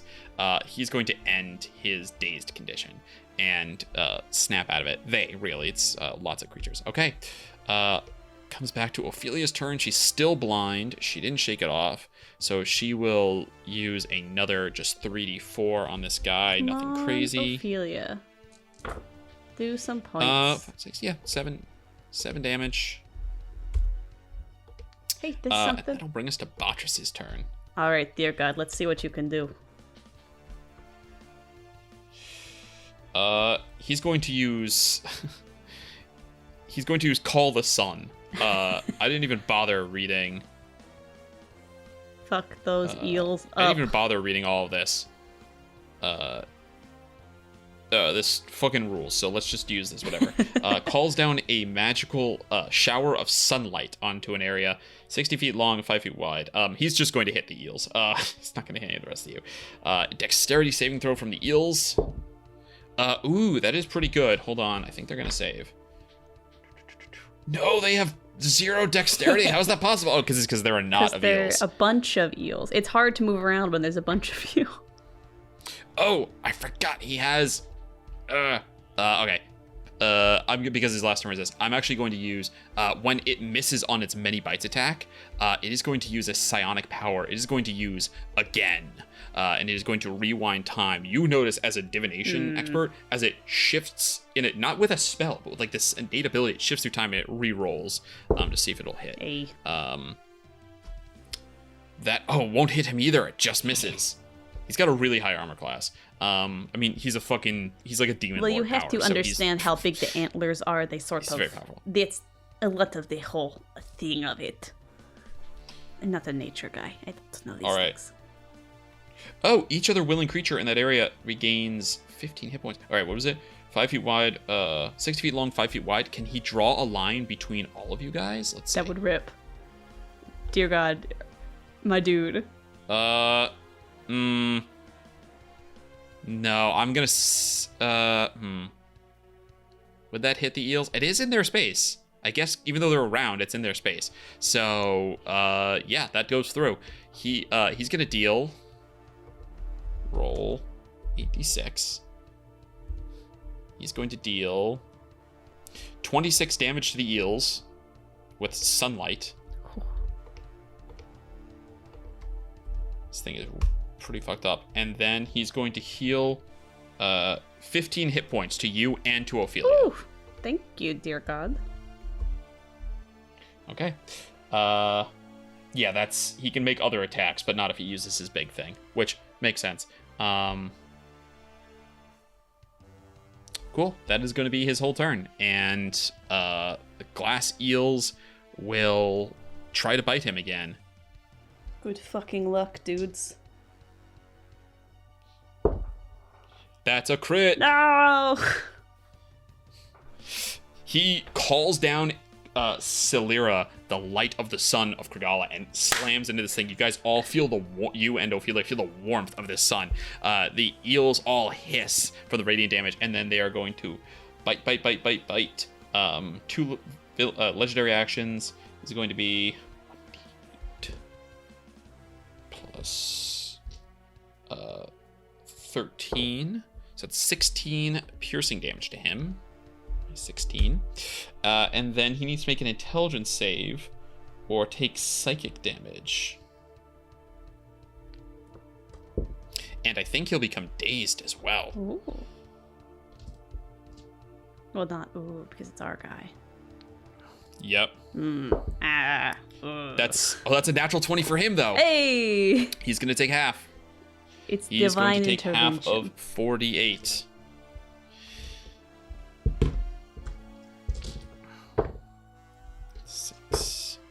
Plus 6 is 12, down to 6, so he'll take 6 damage. Whew. Okay. That brings us to Katya. Yes. I will. You have turned the tables pretty significantly. That is. What would you like to do? Everybody always likes to write off Katya, but then suddenly you need my help because you're desperate, and I saved the day brilliantly with my schemes and plans.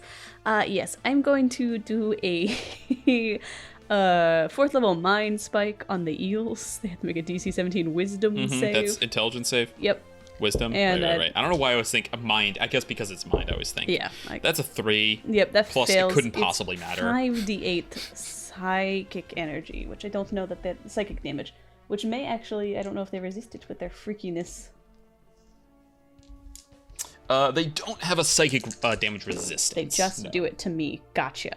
Alright.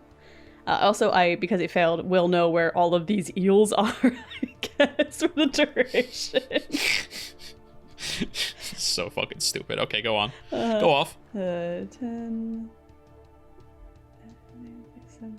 27 points of psychic damage.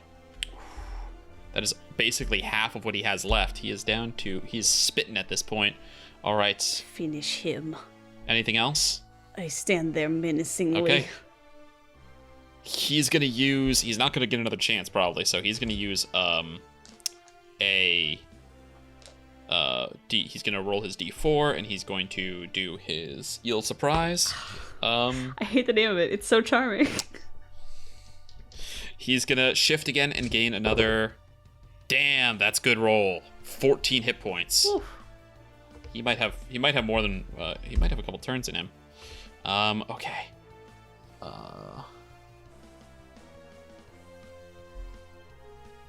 Can he reach you? He can't really reach you. No, you can't. I'm too far away and wily. This is intelligence. Intelligence is not good, so we're gonna roll a d6 to see. Nah, I guess he can't really go after. Hold on, what's his speed? He could swim all the way around, but he's gonna take attack opportunity. So we'll roll. He could come to you. We're gonna roll a d6. 1, 2 is Ophelia. 3, 4 is Botric. 5, 6 is you. That's a 1. So he's gonna swim to Ophelia and take an attack of opportunity as he does. Get fucked, dude. Sorry, Ophelia. Cool. All right, Botric is gonna hit him real quick. What has Botric got that's big? Probably Ram. Yeah, he'll use Ram. Come on, Botric. Jesus Christ. 29 to hit this fucker. I hope everyone else is as on brand in their session, in their little sessions as this has proven to be. 11. 12. I rolled really bad on the damage though. 12 plus 7 is 19. 19 damage. And then it is going to use all of its things. It is going to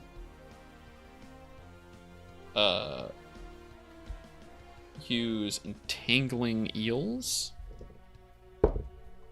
Does an 18 to hit her? Oh, I think she has shield. Nope, she has yep, no, she has Convergent. No, she doesn't know shield. That I forgot, that would have been too hard. So 18 will hit her. No. So she's going to take 2d8 plus 5. 14 plus 5. Jesus, she takes 19 damage. She is at full though, so she's gonna be okay. She's not prone. The eels are going to attack at advantage since she is prone with many bites. Eesh.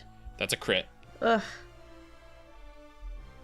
Yep. So that's going to be 1d8 plus 13. Oh dear. It's 19. Now, fortunately, the saving throw damage, which is the really dangerous one, is not doubled. It's good. So she's gonna take. She also. I'm rolling nat 20s out the wazoo. She also saves. She's gonna take half damage on the psychic. Whew. 10, 11, 17, down to 8. Oof. She's at 20 hit points here. Oh jeez. Now I have only eggs to offer in terms of healing you. And it will use its bonus action. It gets to choose here.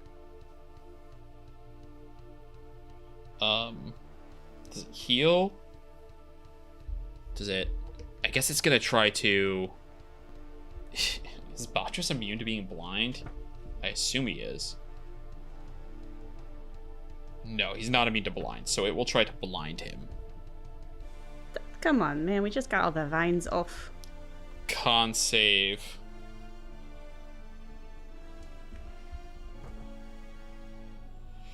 Ophelia has to roll for her blindness too. Forgot about that. She saves, actually. She's good. And then this guy rolls Constitution. He's actually... okay, that'll be enough. He's not blinded. Okay. That brings us to Ophelia. Ophelia's going to stand up. She's no longer blind. She's going to look all the way across at you. Hello. Katya. And she's going to say... Here we go. What's she going to say? All right. I think this is just about over. What do you think? She's calling out to you and kind of like, she's prompting you about like seeing the future, right? She's kind of making a play on you guys being diviners. I think these eels' fate is already written. Finish them. Almost a crit natural 19. This guy's gonna take 3d8 damage. Come on, Ophelia. Good. 6, 6, 7. That's 12. That's 19. Oh, he's so close. That will bring us to Botric, who is going to go ahead and finish it off with a charge and a rear up. He's only got 8 hit points left, and Botric, you know what, for posterity, we'll roll. We're gonna roll. Three. He can make 3 attacks though. Yeah. 2 hits, at a minimum of 10 damage each. You watch as he lets out a trumpet and begins to pound the water. You feel the whole ground shake. Dead branches fall out of trees, and you have to step aside as he boom, boom with the hooves. And you watch as bits of eel go flying everywhere.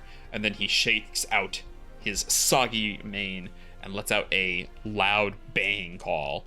I should make a second version of this map that doesn't have Botric on it. Just the same. You're gonna have to. Same map. I'm gonna have to crossfade in post so that that deer's not there. You're gonna have to crossfade in post. I'm sure it'd be very easy for both of us. And he turns around. You guys watch as the eels die. There's a ripple through the water, and the trees don't come back to life. The grass does not recede, but you notice that the water turns a little less murky, and as you kind of instinctively get the idea, you reach down, touch a little bit, and with a tiny taste, it is no longer saline. It is no longer salt water. Muddy. This is all fresh water now. You see Ophelia looks up at Botric and kneels. Then she kind of looks over at you, who's kneeling next to the water, like tasting it. Katya's got her faces all scrunched up, like, ugh, I can't believe it's still muddy water that I put into my mouth. The most undignified. Mm-hmm. She's not a servant of nature, you know. There's no reverence in Katya's attitude towards whatever's happening at sea. Thank you both. Servants of the Great Ranger, protectors of the Beastlands. The Lord of the Elk owes you his life. And he gives kind of a like Lion King bow, dips his head down. I did not know that any would know of my disappearance. It seems that fortune has has smiled upon us, conspiring to bring you to me. Ophelia says, but what brought you here in the first place? What caused all this? You see that Botric shakes his mane a little bit and looks at the dead eels that are slowly dissolving in the water. I know not their origin, but these unnatural things brought this. On one of my many wanders, I saw the ghost forest, and foolishly thought I could intercede to deal with whatever had caused the corruption. Too foolish. I was taken hold by the mire and by the eels. Any longer, I would have been brought below, and I shudder to think of what they might have done with the power of a beast lord at their disposal, rotting beneath their stench. But it is not so. You two saw that that future would not come to pass. And for that, again, you have Botric's thanks. Do you say anything here? Do you have any questions or anything to add yourself? I don't think Katya's got anything for Botric. She'll just doesn't ask any questions. I think she just sort of like tips the hat and gives a little bit of a bow in response to his like anytime sort of deal. Yeah. You say anytime, and he turns his large head towards you, casts shadow over you from the sun of Kragala, and he says, "You speak it, but do you mean it?" Sure. It's not really up to me, you know, it's the fates or whatever. But you seem nice. Indeed. The motions that run here are outside of your or my control. There is something deeper at play. And for your actions, both the ones you have taken and the ones you will take, I offer a reward. You see, he goes up to one of the dead trees, and he puts his antlers against it. He turns his head to the side, puts his antlers against it, and begins to scrape. Ooh. And he scrapes, and the tree rattles and shakes, and branches fall. And he scrapes and scrapes. And then, with a surprising, sound, both of the antlers plop off and fall into the mud. Thwack. He turns and he kind of nudges them with his nose, and as he does, you watch as these two large antlers spiral down in size. They elongate, and they become a pair of staffs. Both of them sized for you, and Ophelia, and with a curling they're antler, they're bone all the way through, but there's that curl, kind of like the top of your staff now with gnarled wood, but the antler prongs curl and create a spot where if you want to put your divinatory orb, you could. Sophia, if you would like to add Staff of Possibility to your inventory, I think that you should have access to it as a custom magic item. Staff of Possibility. Yes, I see it. Add to Katya's to equipment. Fantastic. Would you like to read what it does, or do you want to keep that as a surprise? Let me read through it once and then decide. Fair enough. I mean, it's not a legendary magic item, but it is quite powerful. This is very good because I don't have a lot of reaction, bonus action type stuff. I'll read it out loud for the audience, letting you in on the secret, because Katya would tell you the truth. This staff of polished antler contains the power of possibility. The staff has 10 charges and regains 1d6 plus 3 charges daily at dawn. If you expend the last charge, roll a d20. On a 1, the staff is destroyed and turns to dust. While holding the staff, you can use an action to expend 2 or more of its charges to cast one of the following spells from it, using your spell save DC and spell attack bonus: Borrowed Knowledge, Clairvoyance, or Death Ward. Ooh. New possibility. If you are holding the staff and fail a saving throw against a spell that targets only you, you can turn your failed save into a successful one. This property can't be used again until the next dawn. Twin staffs. Each staff has a twin. You may cast the spell Sending once per day for free with the wielder of the staff's twin, which means I can call Ophelia to piss her off whenever I want. Ophelia. Awesome. Thank you very much, Austin. This is cool. You're welcome. Note that it says at dawn and that you are in a plane that is only noon. Does it mean long rest then? Because I have several abilities that are like once per day. Well, once per day and resets at dawn are different, right? So when you sleep, you get your stuff back, and most of your class abilities are going to say once per day. So like once between your sleeps when you recharge. This is at dawn. Interesting. It's different. So we will discuss how you can get charges back from that at a later time. But for now, keep in mind that as long as you use them, if you sleep, they don't come back because there is no dawn here. Gotcha. Kragala. All right. So, you see, you pick yours up. Ophelia takes hers. Thank you, Lord Botric. Very kind. He gives up with his nostrils and then says to you both, There are many paths forward from here for the Beastlands. I have wandered far, and this is not an isolated corruption. And so, I would charge you this. Do what you can to see that, of the many paths that lead from this point, the Beastlands follow a promising one.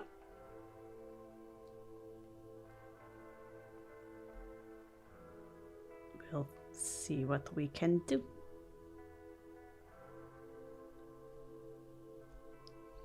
You see he turns his head.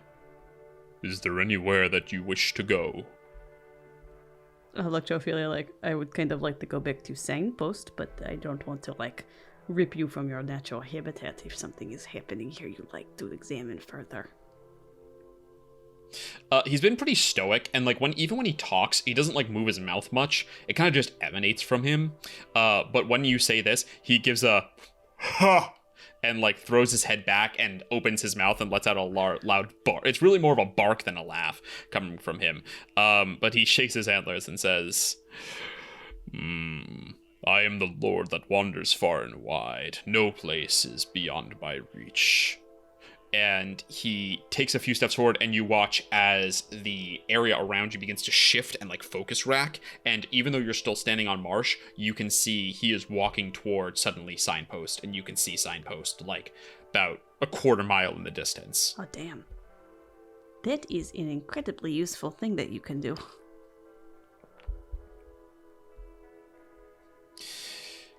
It's pretty impressive. He's a good friend to have. Try not to piss him off like all the others. Really? I help you out of the goodness of my heart with issue... And for 50 gold. And for 25 by the time that we deduct expenses. And... and you... Those were your expenses. Sniping about my personality? In front of the elk god? It's, in my defense, it's the easiest thing to snipe about. Yes, well, try not to abuse that one sending a day. Sort of gesture with the stiff. Oh, I'll mightily resist. But thank you for your help. It jumps. I couldn't have gotten here without you. For whatever reason, my divination didn't work, but yours led us right to here. I could have spent weeks wandering the Beastlands and found nothing, and by then, he would have been rotten in the ground. Yes, you could have, but instead you made the right call. You came to an expert. I'm happy to have completed the job. And the dear god's a nice guy, Beatrice. Glad he got out. Me too. You better go. His thing doesn't last forever, and I have to go back to the boat, otherwise I'm going to hear it from Rawl. So, good luck. I'm sure, very sure, that I will see you soon. If you were really a good diviner, you would have been certain. And I'll step out of the magical effect and, like, tip the hat. You take your steps, and for a moment it feels like you're stepping on nothing but air, and then suddenly hard ground beneath your feet. You're on open plains, Signpost in the distance. You turn to where Botric was and see that he's already a mile away, lumbering off in the distance, growing smaller and smaller. Cool guy. Katya, as we come to the end of this adventure, is there anything else you would like to do, or any feelings that you would like to share? Yeah, I think Katya plays everything pretty close to the chest, feelings-wise. I don't know that she has anything to change by this. I think she's a little unsettled by the swamp and of it all, but as a not particularly outdoorsy person, I don't know that any of that struck her as, like, any worse than any other experience she's had with wild animals. So she's like, yeah, that was weird and it sucked, but also every time I go outside it's weird and it sucks. So I think she just sort of tries to find her routine again. She tries to find a place to camp out, pick back up with the card readings, and try and avoid the attention of any particularly stinky Leonins might be hanging around Signpost still. You begin the little ways walk back to town to set yourself back up again. As you go, I'd love for you to roll me, I guess this is like deduction, so roll me an investigation check, Sure. but at advantage as a diviner. Ooh. Happy for it was my investigation is +9 once again. Ingrid coming through. Now it's Katya coming through. That's a 19. 19. As you walk, you begin to pour over and think, like, why were you able to see through with divination and Ophelia wasn't. Well, maybe you're just better at it than her. It's certainly true that you had access to spells she didn't have, otherwise she would have cast them. So that could be one side of it. Good. But then you think back to the eels, too. Think back to the eels that Botric said caused the corruption. And to the moment when you rolled initiative and they used their precognition, to the moment that they failed an attack and they used again. And you start to think that perhaps whatever was going on was profoundly unnatural. And not in the way of just magic, which is supernatural, like wizardry is natural, but it was something far more corrupt, something far more potent than that. And in some way, this eel had access to its own divinatory time magics, but not magic. You would have noticed if it was spells. It was something more innate and powerful. And you wonder if there isn't some connection between that, obviously it being corrupted and messed up, those specific time abilities, and the ability to resist the divinations, the readings of the stars that Ophelia attempted herself. And with that mystery to pore over, that is where we're going to end this session. So thank you everyone for joining. Thank you, Sophia, for this solo session. Exciting as always. Thank you for running it, Austin, and thank you for the cool stick. I appreciate it a lot, and I'm excited to reread that and find out what Dawn's gonna do to me. Well, yeah. All right. Well, we will catch you guys next week for Campaign 3, Season 1, Episode 3, where you will see... you're gonna have to tune in to find out. We'll catch you then. See you later. Bye-bye.